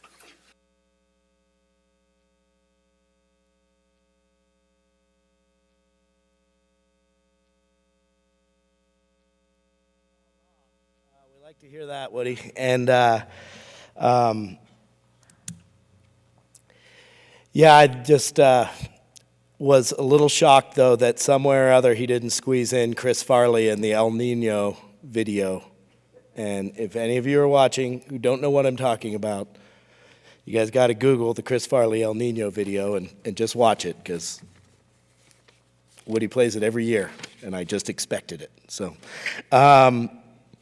what are we doing next? I think we have a lot going on at the Avalanche Center. And, I have been remiss in one duty, and I need to hammer this one. So, folks, the gang at Skinny Skis put a lot of effort into getting a bunch of great raffle prizes, and there's the silent auction prizes. Jacksonville Mountain Resort supported us with a pass. We'll talk more about these different sponsors and what they've done in a little bit, but I did want to just remind people that they can still buy auction and raffle tickets, right? Till what time, Rebecca? Till 8:40. So I know it'll be hard to disengage yourselves for 30 seconds, but use your computers and you know, this money that you spend on anything tonight for watching or for taking your shot at getting a pass or whatever, you know, does support the Avalanche Center and Teton County Search and Rescue. So it's all for a good cause. So lots going on at the Avalanche Center. Nobody's better equipped to talk about what's going on at the Avalanche Center than Bob Comey. So come on up, Bob. He's running because I don't think he thought I was queuing him up quite this quickly. He's running and it's not pretty. And here he comes. Let us know what's up, Bob. Hi, Mike. Don't go too far. Hi, everybody. Welcome to Skinny Ski's 22nd annual Avalanche Night. I'm thrilled to be here. And what I'd like to do is, there's big changes in the staff at the Avalanche Center. I'm retiring, and Chris McAllister, after 20 years of forecasting, has retired also. So I want to introduce the new staff. And but before that, I want to bring up and introduce, and we'll have the new staff come up here, and you can see them all, see their faces. So, but there's two people returning. You can come up when I call you. First, Mike Reim is returning. Mike has been the assistant director or deputy director, and will continue to be, moving forward, the lead avalanche forecaster. So Mike and I have been working 25 years or so. Yeah. It's been awesome. Lisa Van Skyver, come on up. Lisa gave the Snowpack summary earlier. This will be her 4th season as a forecaster with the Avalanche Center. She works for Grand Teton National Park and is funded, as you said, by the Grand Teton National Park Foundation. We're really thrilled to have Lisa and Mike and to provide some consistency and leadership to the new people. So that brings us to Frank Karras. Frank, come on up. Frank comes to us from the Mount Washington Avalanche Center, where he's been since 2010. He's our acting director. He's here on a 4-month detail. We've been working together for about a month now, and Frank's been doing an awesome job. He's skied all over the world. He's been an excellent guide here in the summer. He's very talented, and so far he's killing it. So, welcome, Frank. John Fitzgerald, come on up. We are really, really thrilled to have John on our team. You guys got to come closer, I think, because of COVID. We'll all be sick, and you guys can forecast for yourself. John comes from YDOT. He forecasted for the Chukash Avalanche Center in Alaska. He's got great knowledge of our snowpack, our program. He's already been into the forecasting with us, and we're just thrilled to have John with us. Thank you, John. Next, I'd like to introduce Alex Drinkard. Come on up, Alex. He's a young guy, he can get up that big step. Come on into the spotlight, Alex. Alex was a snow ranger for the forest. He's a permanent Forest Service employee and works with the fire aspect of the forest on a year-round basis. Alex is a snowmobiler and a split boarder. Yep. Yeah, and knuckle dragger. He gets out in the Tetons. He gets out on Togety. We're really thrilled to have Alex with us. He's going to be a part-time snow ranger 3 days a week and 2 days a week with us. So welcome, Alex. Really thrilled to have you here. And I'll make an announcement right now. We have another position that has just been filled, and that person will start on January 2nd. And I'm very happy to announce that person is Drew Gibson. That's the right name. That's it. Yeah, you nailed it. I nailed it. So Drew will be here. Drew comes from Copper Mountain, where he's been part of the Avalanche forecasting program and the ski patrol there since 2006. He's also done work at Temple Basin in New Zealand and worked with a good friend of Mike and ours, Andrew Hobby, known as Hobby. So. Then also, Lisa will have an intern in the park that will help her and accompany her. And that position is also, there's a stipend associated with that and some funding with that that also comes from Grand Teton National Park Foundation. So whoopee for them and us. And finally, we have Matt Schneebaum. I want to get Chris out here because he's been part of our team so long. Let's get him on stage. Come on, Chris. I can't see in the dark. Chris McCollister, come on into the spotlight. Thank you so much for 20 years of forecasting and riding and digging pits and really having fun. Well, thank you. We got this for you. Oh, thank you. A little plaque, and I look forward to us getting out and making some turns when we're not on the clock. Yeah, let's do it. Awesome. Thank you, Chris. Appreciate it. So yeah, that's what I wanted to do was introduce our new team. We've really upped the game. We've got more and better staff, and Chris and I feel really good about doing other stuff. And you deserved it. Thank you. All right. Is that it? That's it for me. All right. Nobody leave. All right. It's not it for me. Oh, geez. Yeah, lucky you.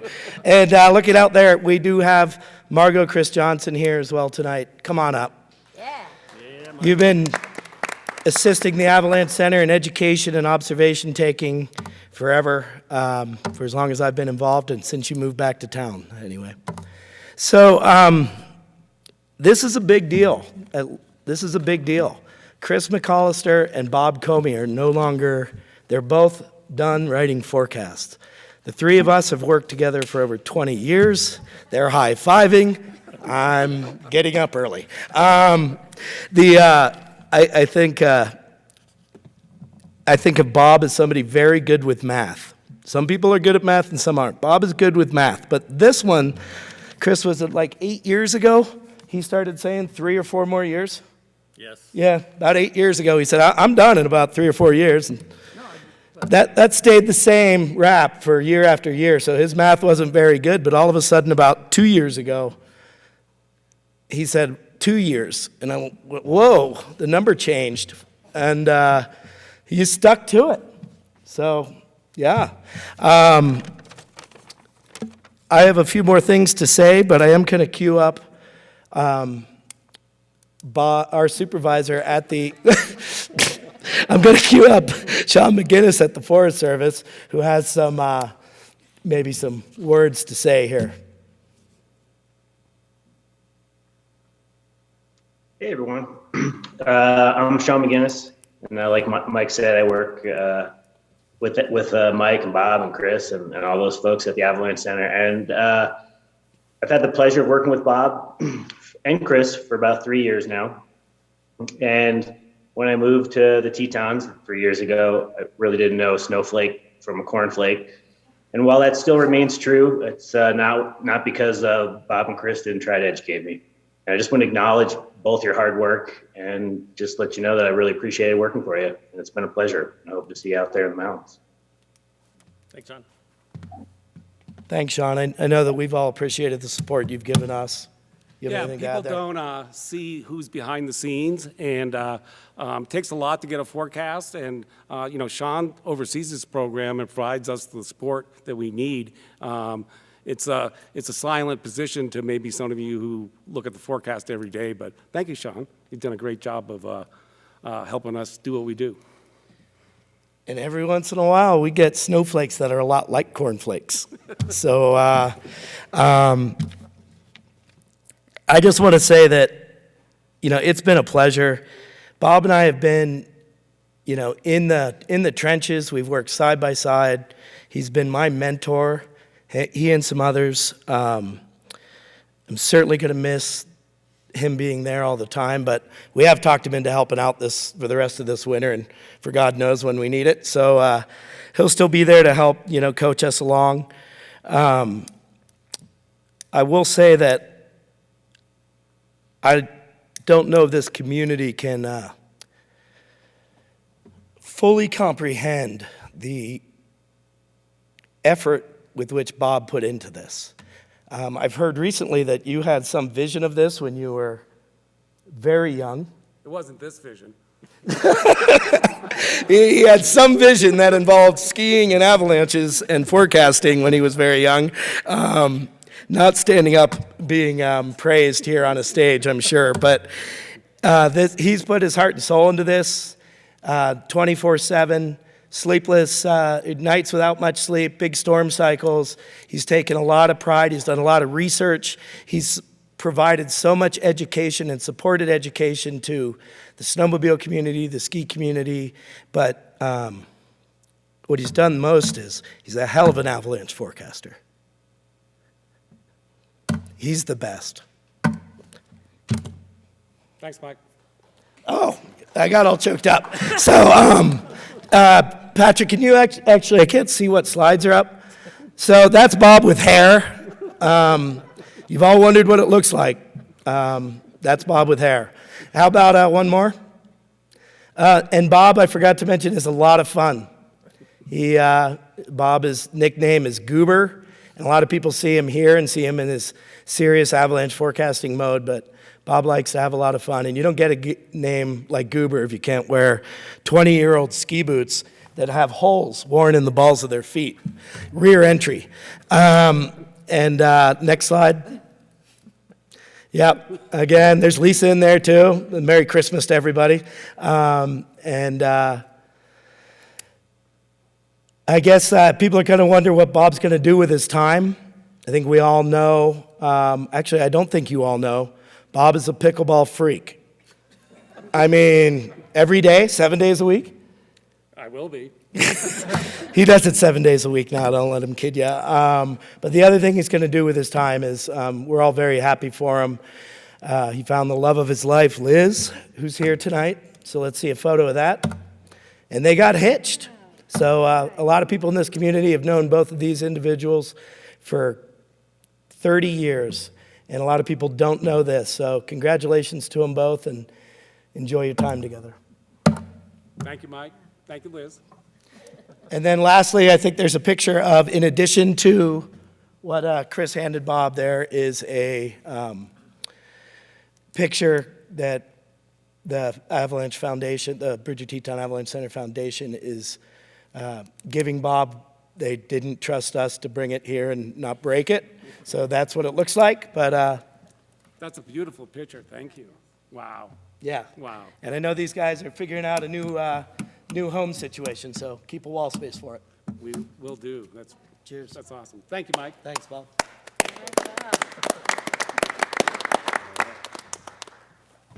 Okay, let's talk about this great night and the support that Skinny Skis does. Scott's going to come up and tell us about our sponsors and add some words of wisdom, right?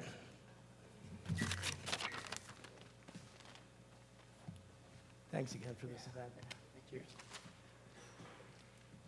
Well, that's not going to be an easy one to follow.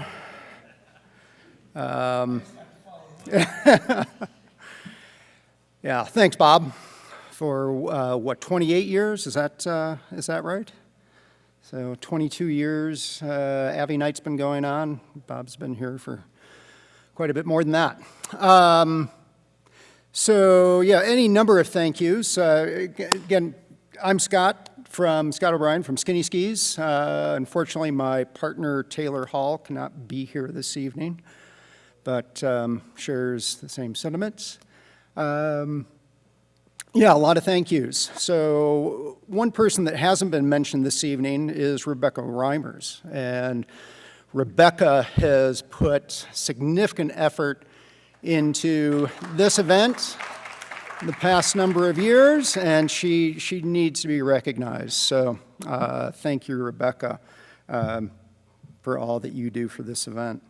We do need to thank our many sponsors, and we really wouldn't be able to do this event without with sponsors. The donations that they provide really help keep this going, and the funding that comes from those donations from the raffle and silent auction go to fund both the Bridger-Teton Avalanche Center, and then, of course, anybody that has joined this evening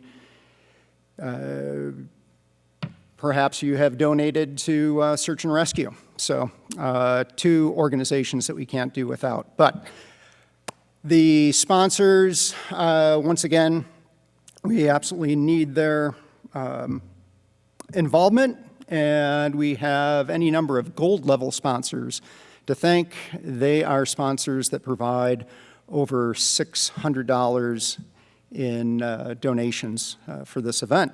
And those are as follows: Backcountry Access, Exum Mountain Guides, Florence McCall Photography, Jack Wolfskin, Jackson Hole Mountain Guides, Jackson Hole Mountain Resort, and there's a big prize there that the resort has provided coming up. We'll also have Mammut, Outdoor Research, Patagonia, Premier Green Cleaning, Purple Orange Brand Communications, Scarpa, Stio, the Wart Hotel, and Weston.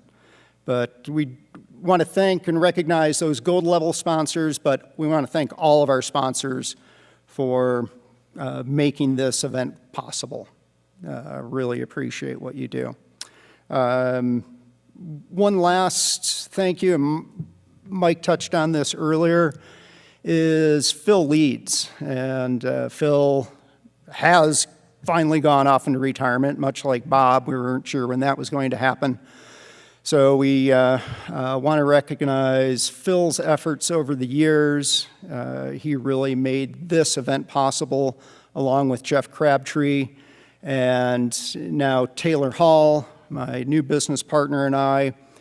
We see ourselves as stewards of what Phil and Jeff created, and we are going to maintain the relationships and host the events that Phil and Jeff established. So we really look forward to continuing this for years to come.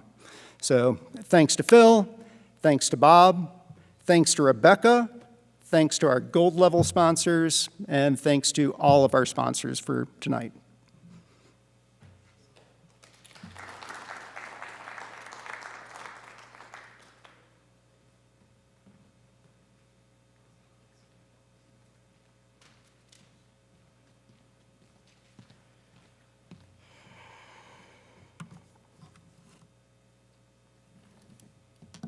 Doug, you ready? I'm ready. All right.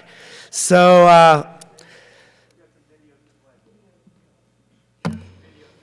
is it playing now, or do I introduce it?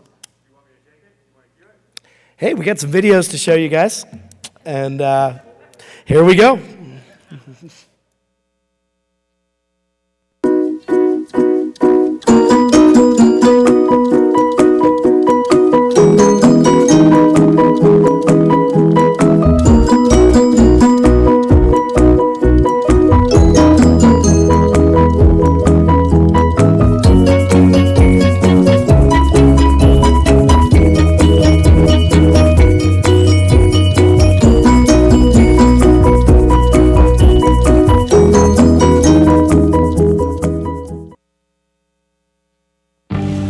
What does it really mean to live the mountain life?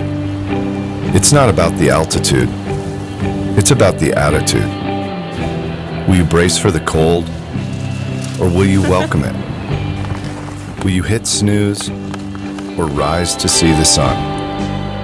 Will you sit this one out, or are you coming with us? Stio, let the outside in.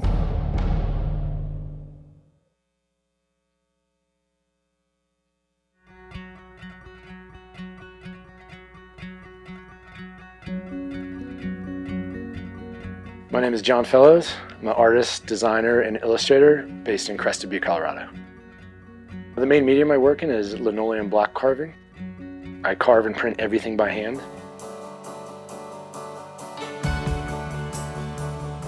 I'm looking at the landscapes around me and seeing hills or peaks or even trees that I want to sketch or bring into a piece.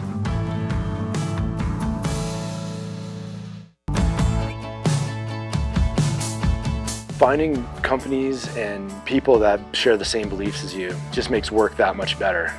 I think it's important to protect public lands, and I hope this collaboration just helps raise awareness for the National Forest Foundation and what they're doing. And then at the very least, it helps the public and the people buying these products think what they can do personally to help preserve our forests.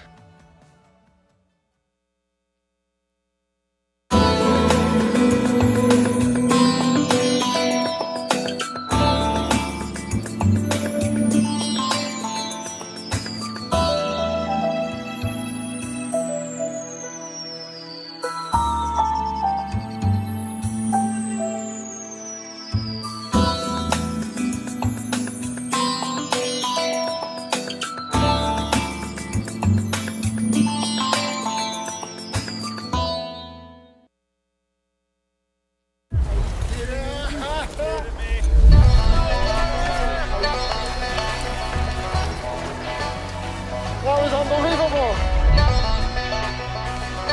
I cannot believe the power.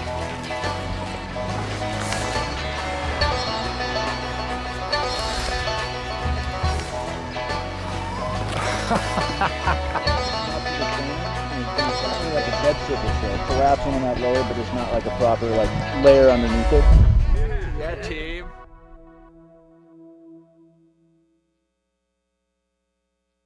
You do it?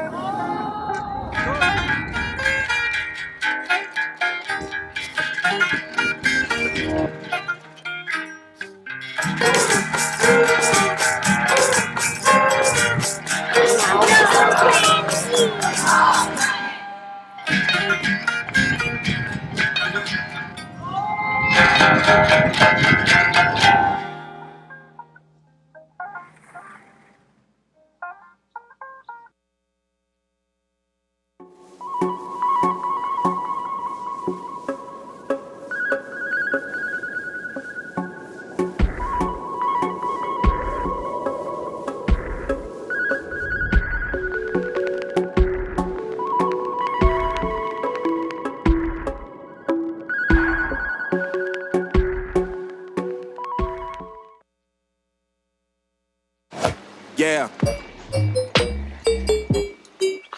Yeah. Hey, how's it going? Hi. Awesome. Hey, do you want to do a survey for Teton County Search and Rescue? Oh, you get a free granola bar out of it. Okay. So this is only going to take like 2 minutes. You're going outside of gate 7. How many people are in your group? It's just me. Okay, cool. So just one. And then, did you check the AVY forecast today? Yeah, I checked the weather. But did you check the AVY forecast? You're not sure what that is? No. Okay, cool. And then, let's see. Do you have a beacon shovel probe?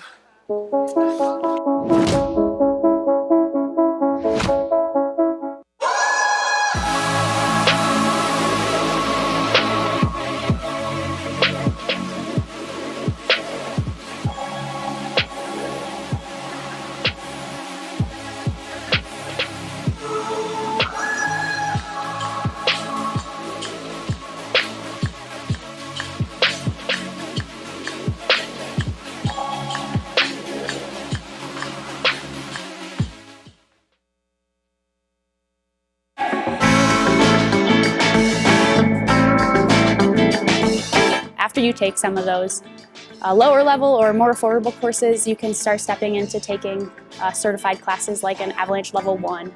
You learn about what you don't know and what you should know.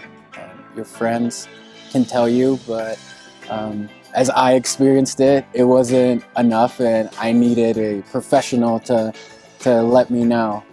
So once you have that education, then you can turn around and be a mentor to somebody else who is just getting into the sport. And that's really powerful. Teaching is the best way for us to solidify knowledge. Overall, I think it's a combination of all of those. The more experience you have, the better. I mean, this is coming down to your life. What is your life worth?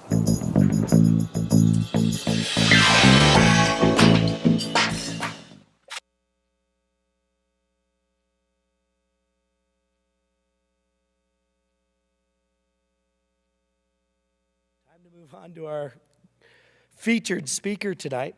So come on out, Doug. A little bit about Doug is we were talking and he mentioned that he had worked for Exum, and they gave him a job back in his 20s or so, even though it took him 5 times to get up the Grand, and he worked there for 9 years, and he hopes they've raised their standards, was a direct quote from Doug. So, wouldn't have been hard.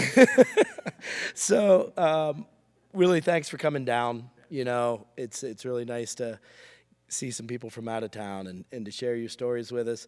Doug Chabot is the director of the Gallatin National Forest Avalanche Center since 2000. I've known Doug since about that time, mostly in meetings, National Avalanche Center meetings and National Avalanche School. And he's also, if all you snow geeks out there who do snow pits and publish them, he's the guy behind Snow Pilot. He's always been the guy behind Snow Pilot, but now you're officially the guy behind Snow Pilot, right? So when Doug wouldn't be at one of these fall meetings, the question would be, where's Doug? And there'd always be a great story. It'd be in Nepal or India or some sort of stand. One of the stands. One of the stands, right? And he's now turned that into a profession as well.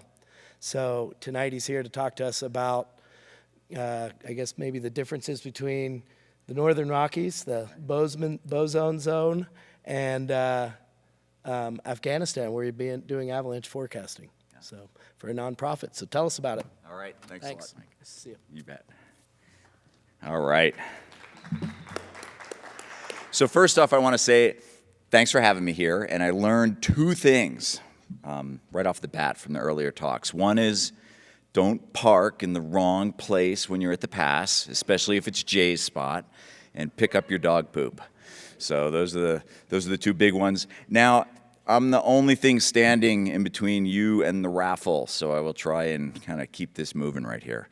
I'm an avalanche forecaster up in Bozeman for the Gallatin National Forest Avalanche Center. And I also forecast avalanches for a nonprofit called Aga Khan Agency for Habitat in Afghanistan. And so that's what I'm going to talk about tonight, because there's a lot of similarities and also some differences in the programs.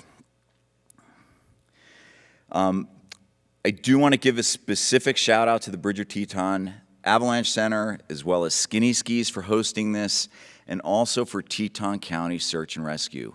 We all work together, and we all help each other out, and you should feel proud to support these local organizations. All right, this little circle here, that's obviously the Northern Rockies. And the snowpack that we deal with in Bozeman is also similar to the snowpack we have around here in Jackson, more of an intercontinental snowpack. I also forecast over in Afghanistan and Central Asia, and they also, thank God, have an intercontinental snowpack, because that's what I'm used to dealing with. And what we mean by intercontinental is it's not too shallow, it's not so deep, it's, averages around 2 meters, 2 to 3 meters deep. Early season, just like we're getting now, we start to form some weak faceted snow, and then hopefully some more consistent snow through the winter. The organization that I work for in Afghanistan is a disaster relief agency. And so avalanches are a natural hazard, and so I help them deal with that. And so I actually avalanche forecast for the Karakoram, Pamir, and Hindu Kush Mountains over there. Now, when we look at what's happening in America, and we look at what's happening, what is now the Emirate, the Islamic Emirate of Afghanistan, which, is now the Taliban running the place. When we're forecasting, the snow doesn't care where we're from, and forecasting, we don't really care that much, in that our goal is the same. We're trying to save lives in both areas. The risk is a little bit different, because here in the States, we're dealing with more recreation-based risk. Over in Afghanistan, it's more inherent risk, because you actually live in the run-out zones. How we deal with terrain, weather, and snowpack is really different, because we've got a lot of information that happens here in the States that we don't have over there. But we still do lots of education in both places, and we still have to communicate our findings. Now, last year in the U.S., there was 37 avalanche fatalities, and that was a record. In Europe averages in the European Alps about 100 avalanche fatalities a year.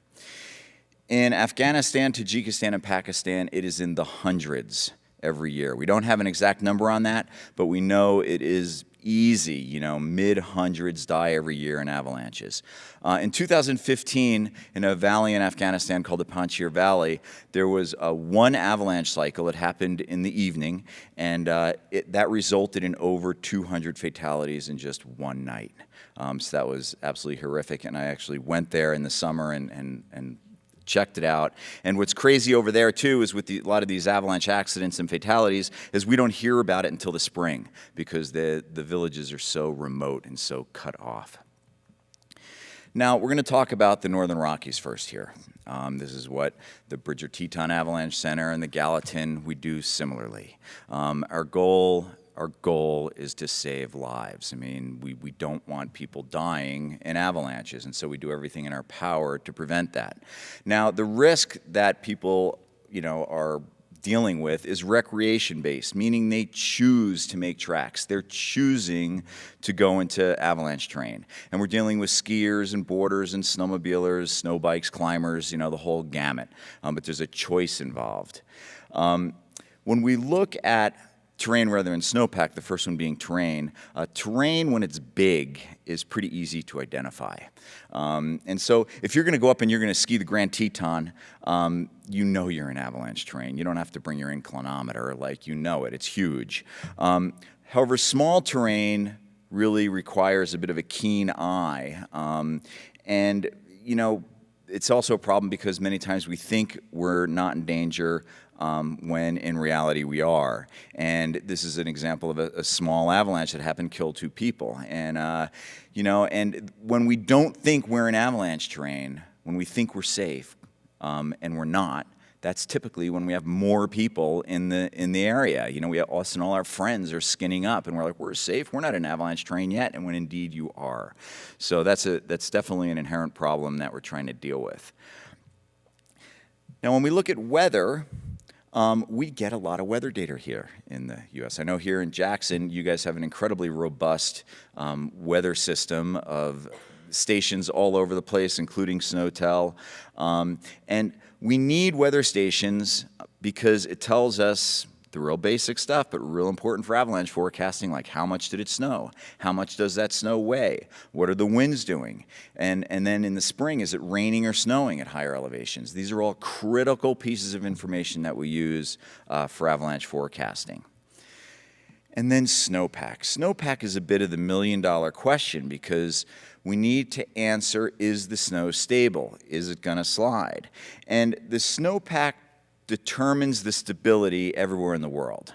So if you want to know what the stability is, you're going to have to look at the snowpack. And the only way to know what's going on under your feet or under your sled is to dig. And as avalanche forecasters, we dig a lot. Every day we go on the field, we're digging holes, we're looking at the layers, we're trying to determine if things are getting stronger or weaker. We move tons of snow over the course of a winter. And we also get a lot of observations with the snowpack. People write us, they call us, they leave us messages telling us what they found. And so we can filter kind of all this data and come up with an idea as to what is happening within the snow over an entire mountain range. Now, good snowpack data is kind of like striking gold. When we dig and we get it's a nice clean pit, we're able to actually get some really good measurements. It's in a great spot. It gives us confidence in our decision making. So that's another kind of bonus for digging a lot. Now, is a bit of a proxy for some snowpack info is avalanches, because avalanche activity is also snowpack data. It's telling us that things are unstable. So whenever we see an avalanche, we know there's a weak layer. We know other slopes have it that are adjacent or nearby. And we also investigate as many avalanches as we can.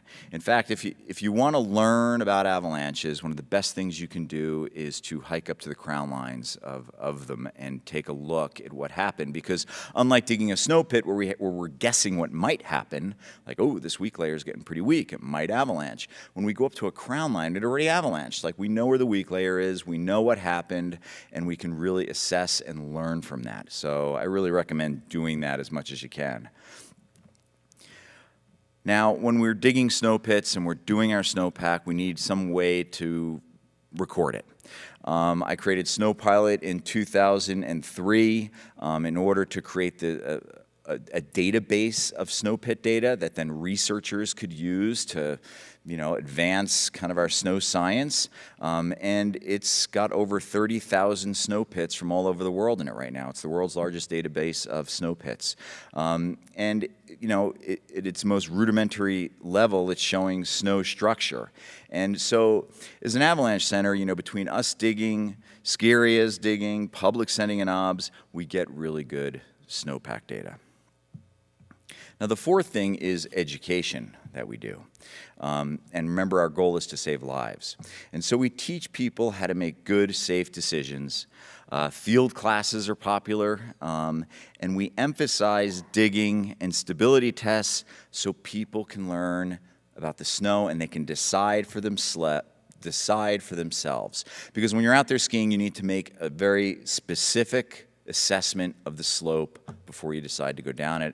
And digging in the snow and doing some stability tests is probably the best way to do that. Human factors are certainly important, but we need to hunt for instability when we're out there. So how do we inform people of the hazard? Well, we, as avalanche forecasters, we're putting out daily avalanche advisories every day.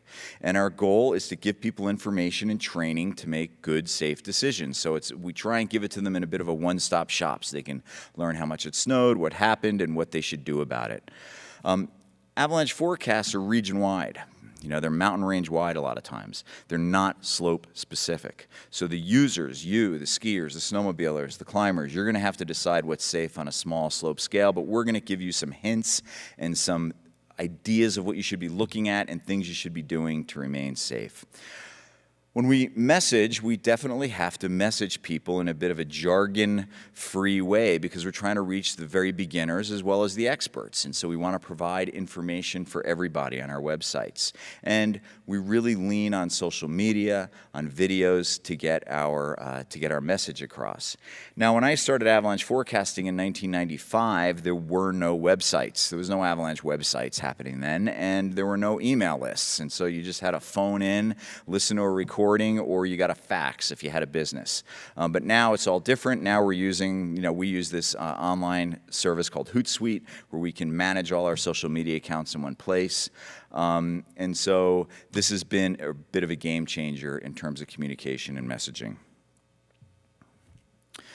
So I'm going to talk about an accident that happened because even with all this data and forecasts, things go wrong out there. And this accident actually had a happy ending. This was last January. There were 6 skiers that went out of Cook City. They were skiing a spot called the Fin. 3 of them were caught, partially buried, 1 seriously injured. And the danger that day was moderate.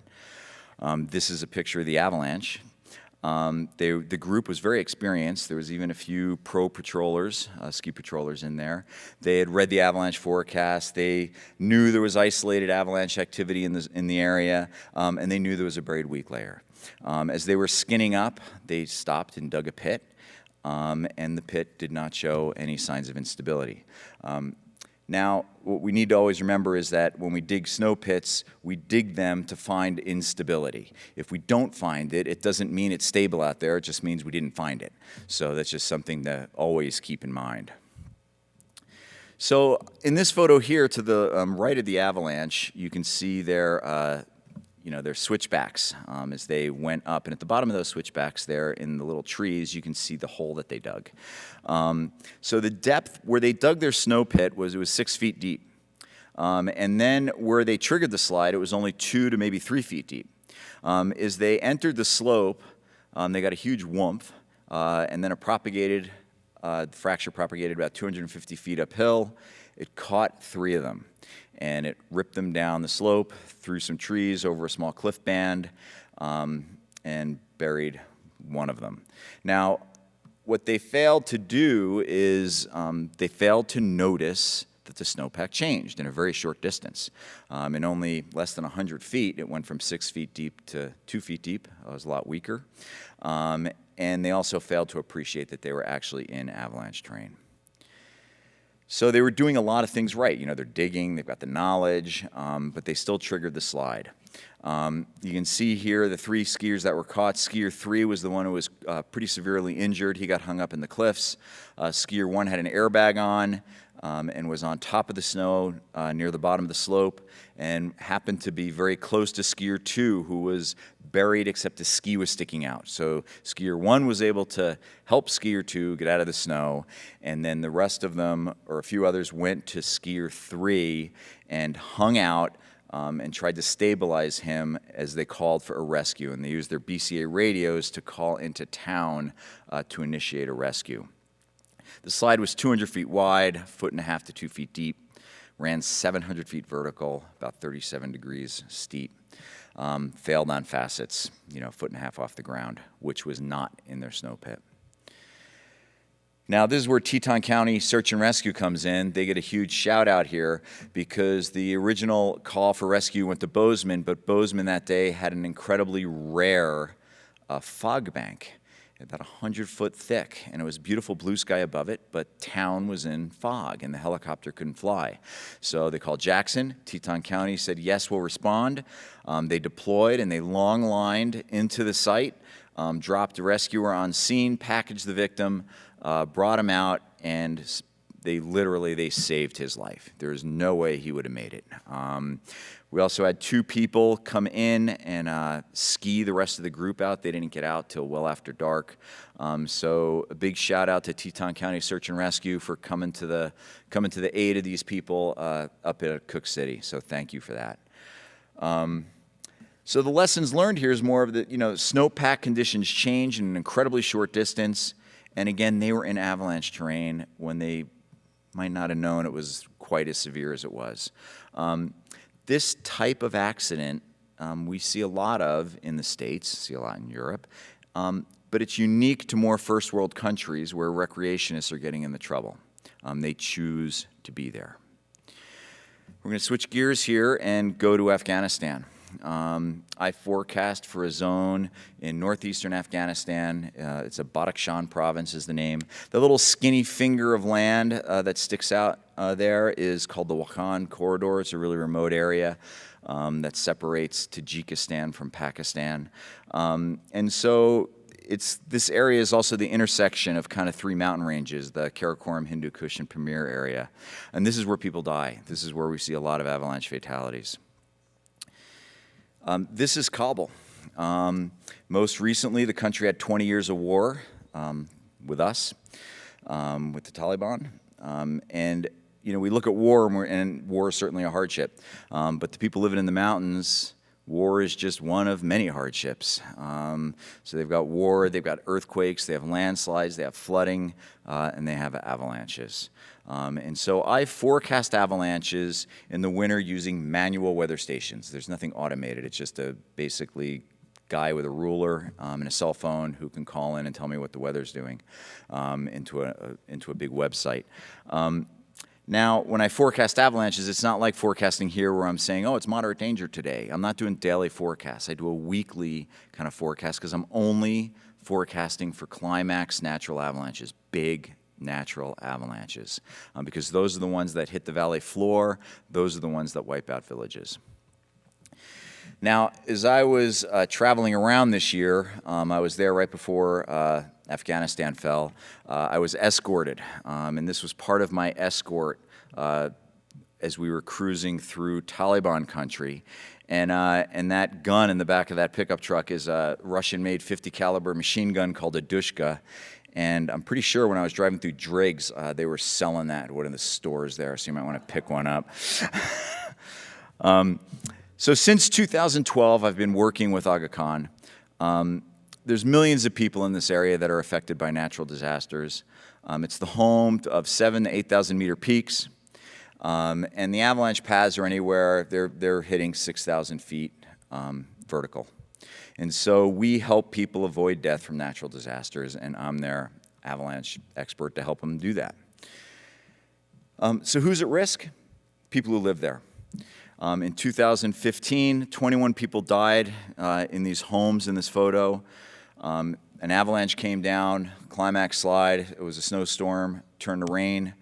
happened at 2 a.m. in the morning. Every house has about, on average, 15 people living in it. So it doesn't take many homes to get destroyed for the numbers to be quite large. And this was, when I talked to the villagers that summer about how frequently these avalanches come down in this village, they said, oh, the last time was, we were guessing about 75 years ago, because they referred to it as my father's grandfather happened, you know, when he was a boy. It was the last time they had remembered avalanches here. So it's definitely a part of their lives. We try and get them to rebuild in different areas if we can, so they don't rebuild right in the runout zone again. And then the landscape's huge. Avalanches reach the valley floor regularly, and people are clustered in villages with sparse populations in between. Now, again, our goals are the same. You know, our goal is to save lives. You know, and this is who we're worried about. We're worried about these mountain communities that are threatened by large avalanches. Now, unlike recreationists, where 90% of people that die in avalanches either triggered the slide themselves or someone in their party did, over in Central Asia, it's almost near zero. Like, they're not triggering the avalanches that kill them. They just happen to be in the runout zone or the wrong place at the wrong time. So just like YDOT is worried about large natural avalanches hitting the road, that's kind of what I'm worried about too, is large natural avalanches hitting these villages. Now, I don't have a lot of data at my disposal, unfortunately. Now, when we look at terrain, Aga Khan did a huge assessment where they mapped out all villages that were threatened by avalanche terrain. And what they came up with was, in their area that they work in, they had in Afghanistan, there were 180 villages at risk, over 500 avalanche paths or zones, they called it, and it's affecting over 22,000 people. So it's a pretty significant problem. When we look at weather, you know, in the U.S., I've got a lot of really good weather data that I can look at every single day. Over in Afghanistan, I have some manual weather stations. Again, these are not remote. And I have no weather stations in starting zones. There's no wind data off a ridge. There's no snowfall, good snowfall data in the starting zones. So we just started out really simple by saying, can't we just give a guy a ruler? Can I give a guy a ruler and have him call in every day with how much it snowed and tell me what the temperature is and if the wind's blowing? And also, has he seen any avalanches? Like, because I can do a lot with that information. Because again, we're not looking for slope specific. So it's working, which is pretty cool. Every summer I go over, I do trainings, I check on the weather stations, I make sure they're doing okay. You know, there's a maximum thermometer, a 24-hour storm board, a total snow stake. They have a little handheld anemometer and a rain gauge, and they measure year-round. Even though we're using it for avalanches, it's a 365-day-a-year operation, so we have an unbroken record of weather in these villages. We also have to fence in the areas where the weather station is, and that's to keep the kids and the goats out from kind of knocking over the snowboard and everything. And then 3 years ago, I decided, okay, we're getting all the snow data in the villages, which is in the valley floor. I want to know what's happening up high.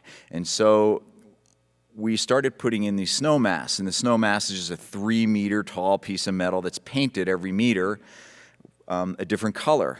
And so that gets cemented in the mountain up near the starting zone. And then we look at this from the valley floor with a spotting scope, and we can get a basic measurement of how much snow is up high. Because in the valleys, like right now, I mean today in Afghanistan, all these weather monitoring posts, they have no snow on the ground. You know, but there's snow in the mountains, and we know that not only because you can see the snow in the mountains, but we know how much because we have these snow masts up there where they can look up with a spotting scope and give us a measurement. And so in this photo here, you know, we can get the snow depth, and there's someone in that village behind these guys with a spotting scope that can look up and tell us that, oh, yep, here there's 2.5 meters of snow, and that is really important, especially if we see some big loading events, we'll be able to measure those.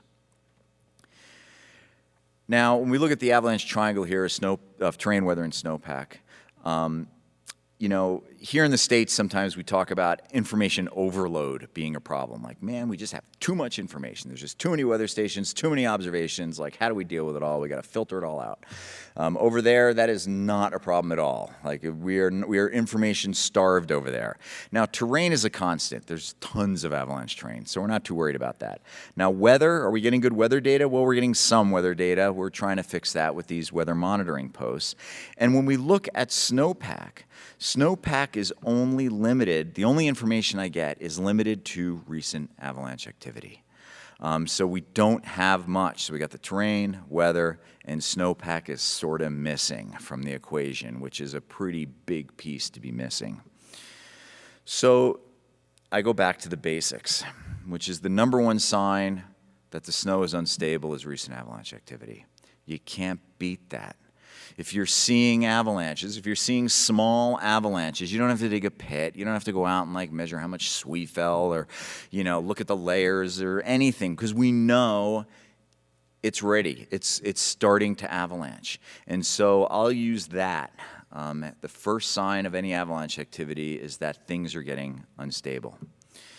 And then Mother Nature, you know, she's always just giving us this free information, because the weather monitoring posts also report any sort of avalanche activity. A lot of times these hit roads. There might be a small thing that comes down, not very big, that just hits like a corral where they keep the animals.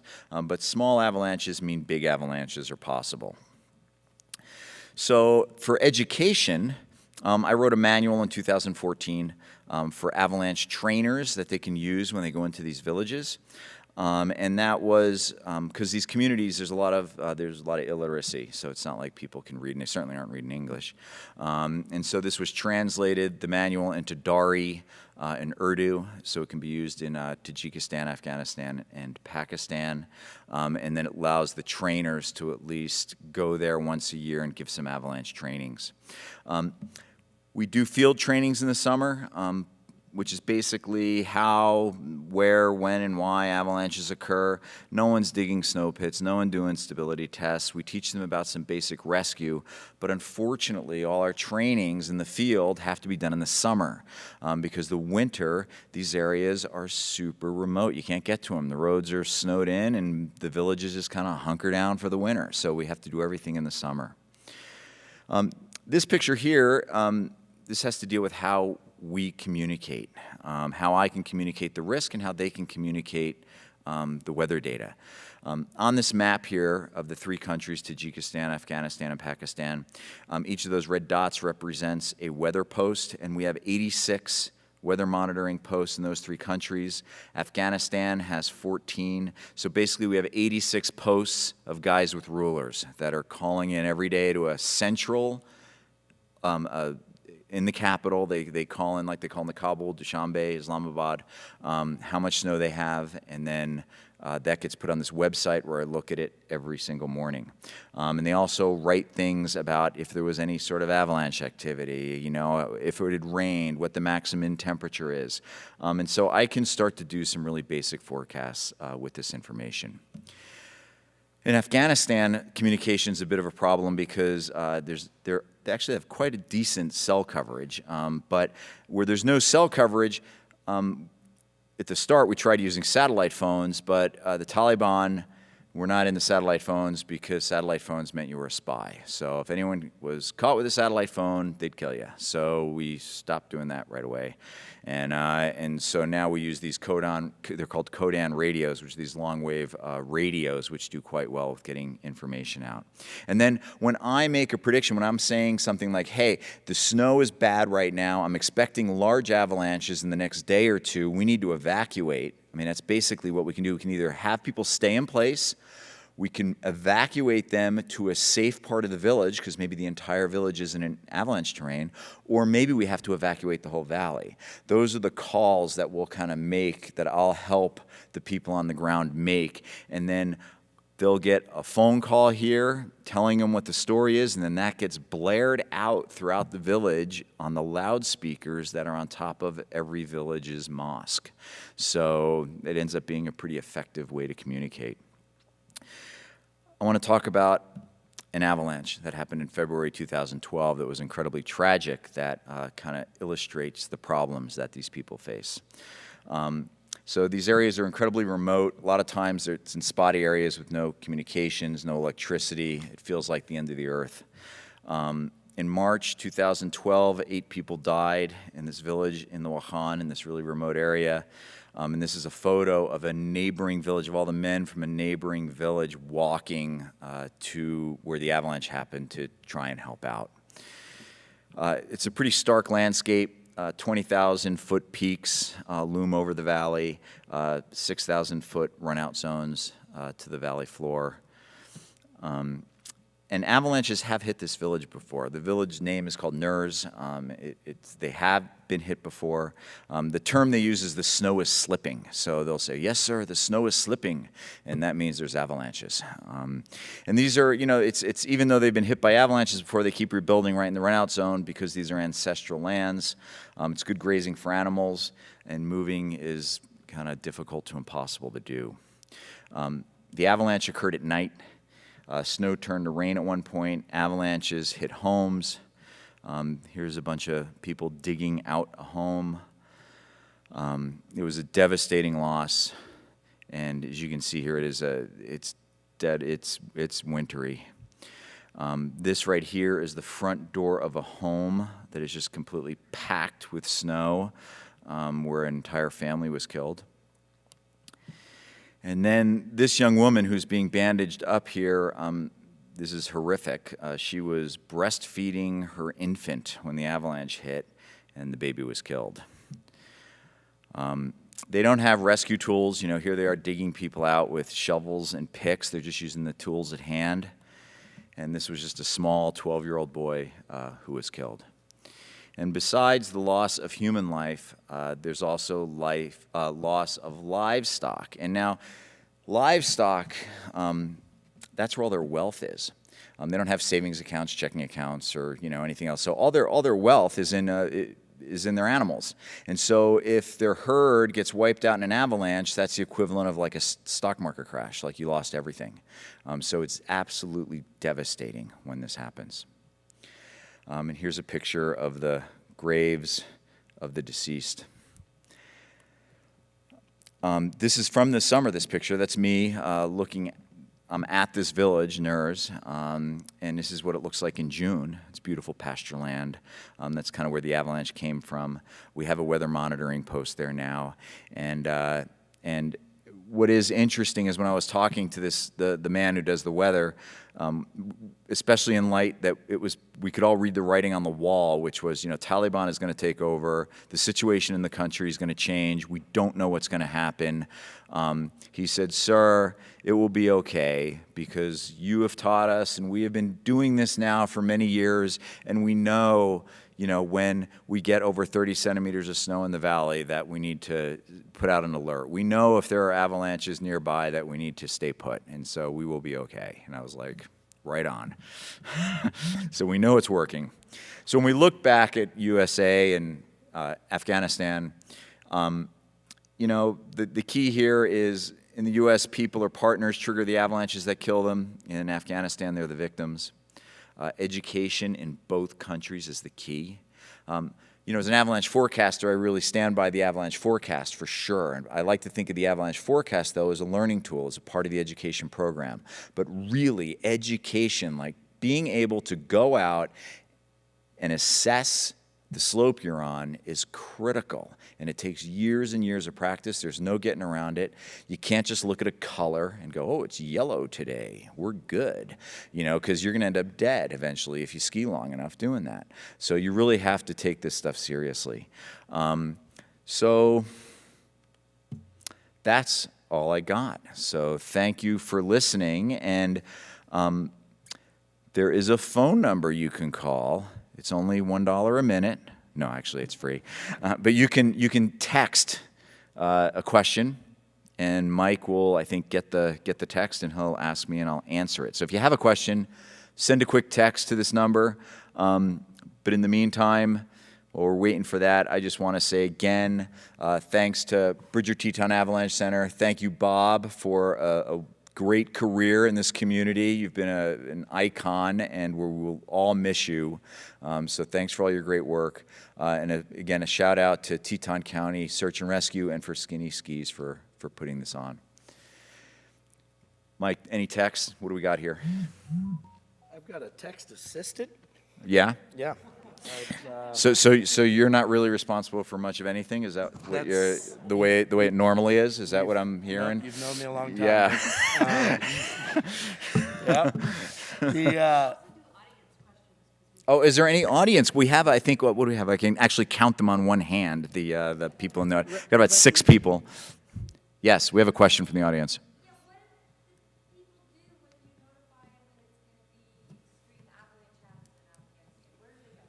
Okay, the question was, where do they go when we warn them that there's going to be avalanches? So the 3 options they have, one is would be to stay in their house, to not go outside. The second option is every village has an area designated as being the safe area or safer area that they can all congregate in. Typically, it's a few homes that they can kind of all crunch into. And the third option is to actually evacuate the village completely and go down valley to the next village. So they have to leave.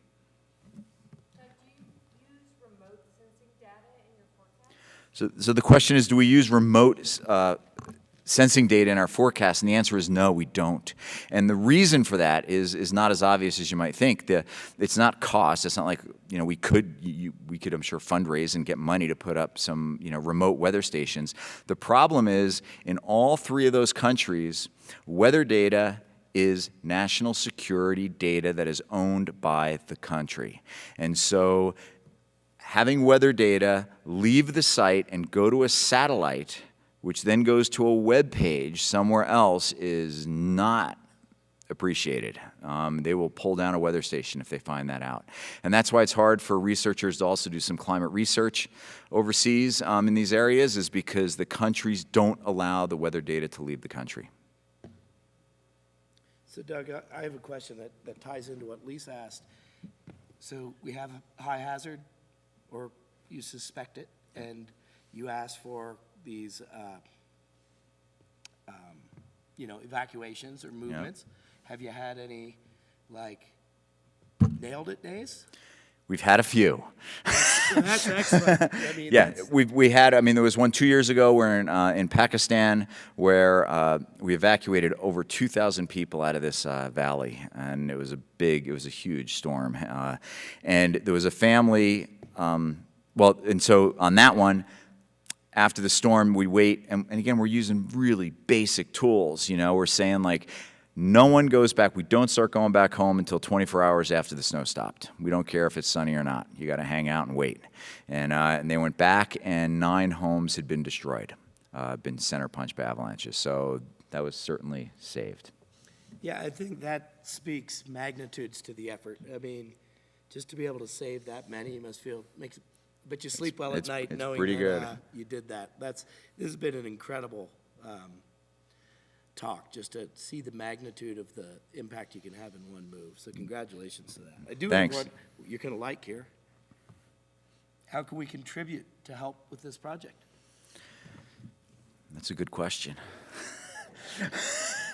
I don't have a real clear answer to that in terms of, I don't have a website or something where you can go and donate money. There are times when I have to really lean on my peers for their expertise on things, because I think some of the help that I need has to do more with data gathering and using the limited data we have in better ways. And so an example of that is Marcus Eckerstoffer in Norway, and then Ron Simonhoy's working in Colorado, are helping me to be able to do some satellite avalanche detection, where I can maybe see where there's been avalanches, where there aren't any villages. So, we're really leaning on those kind of things. I think people are asking, is there a nonprofit that people can donate to?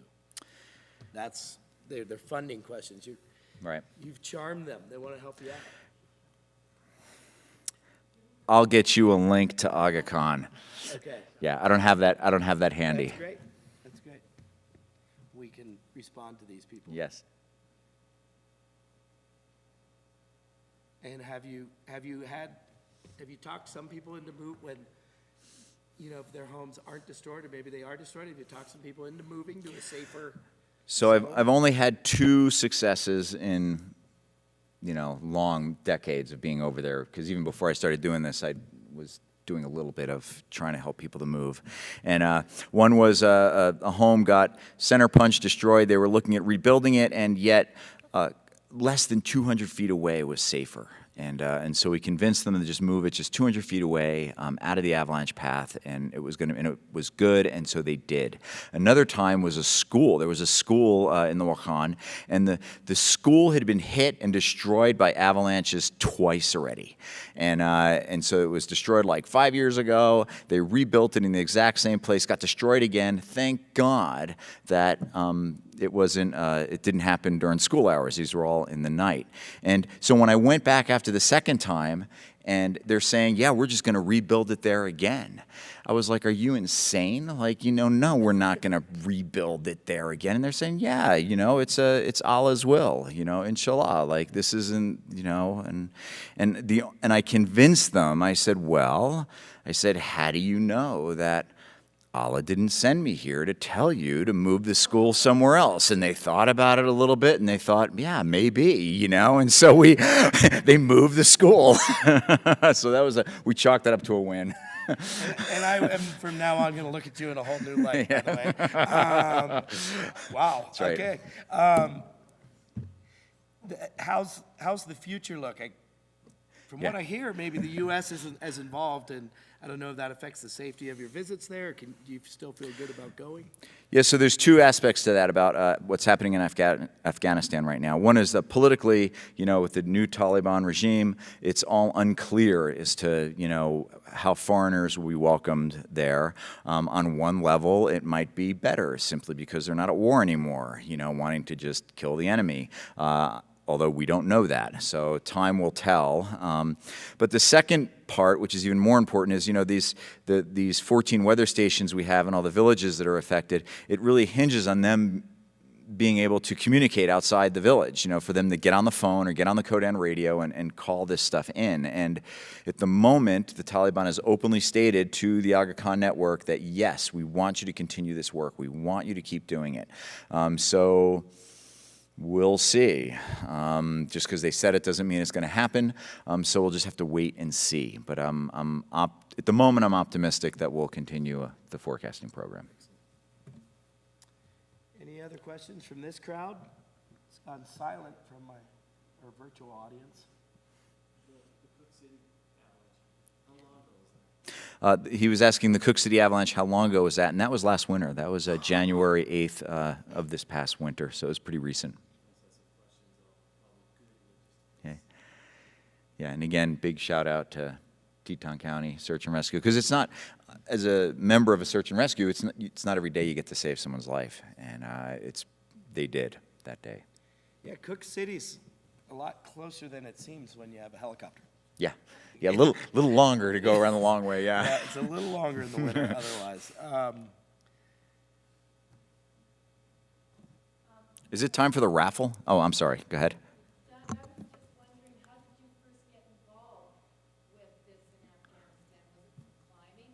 Yeah, so climbing brought me over to Central Asia. My first trip there was in 2000, and so it was just being in the area and meeting the same people over and over again that in 2012, when this big avalanche cycle happened, they were like, man, we need someone who knows avalanches to help us out here. And someone in the room said, hey, I know this guy. He's a climber. He's been over here, and he's also an avalanche forecaster. He can probably help us out. And so that's how it all started, just kind of word of mouth. The last question, I think, is, has anyone ever told you that you sound like George Clooney? I have not heard that. Oh, yeah, have now. I'm not paid like George Clooney. Well, maybe someday. All right, thanks a lot. Thanks for coming down. All right. That's an awesome talk. Yeah, so. Thank you. Everybody at home, raise your glass to Doug. Thank you. All right. Okay, the raffle. It's automated, so it's It's not going to be as exciting as dipping into the jar, but we have. So I'm going to interrupt and Yeah. just say this is Rebecca. Oh, this is me. And she puts a lot of effort into this night and has for the last several years. And Thanks. it's been great having her help the Avalanche Center in so many ways. So Thank you. Yeah, and next year you will all be here with us. Yeah. So the Backwoods snowboard from Weston goes to Andrew Carpenter. The Backcountry Access T4 Rescue Package goes to Brendan Cronin. This isn't fixed. Kevin Hoyt, you won the JHMR Adult Grand Pass. So thank you, all of you, for participating. We just raised a lot of money for the Avalanche Center. Awesome. Well, thank you. Yep. And thanks to all you who donated. Thanks to our speakers. Congratulations to those winners. I know we got some questions here at the end for Doug, and we'll figure out a way to connect some answers for you. But to everyone, thank you, and we'll see you next year. We'll see you on the hills this winter. See you.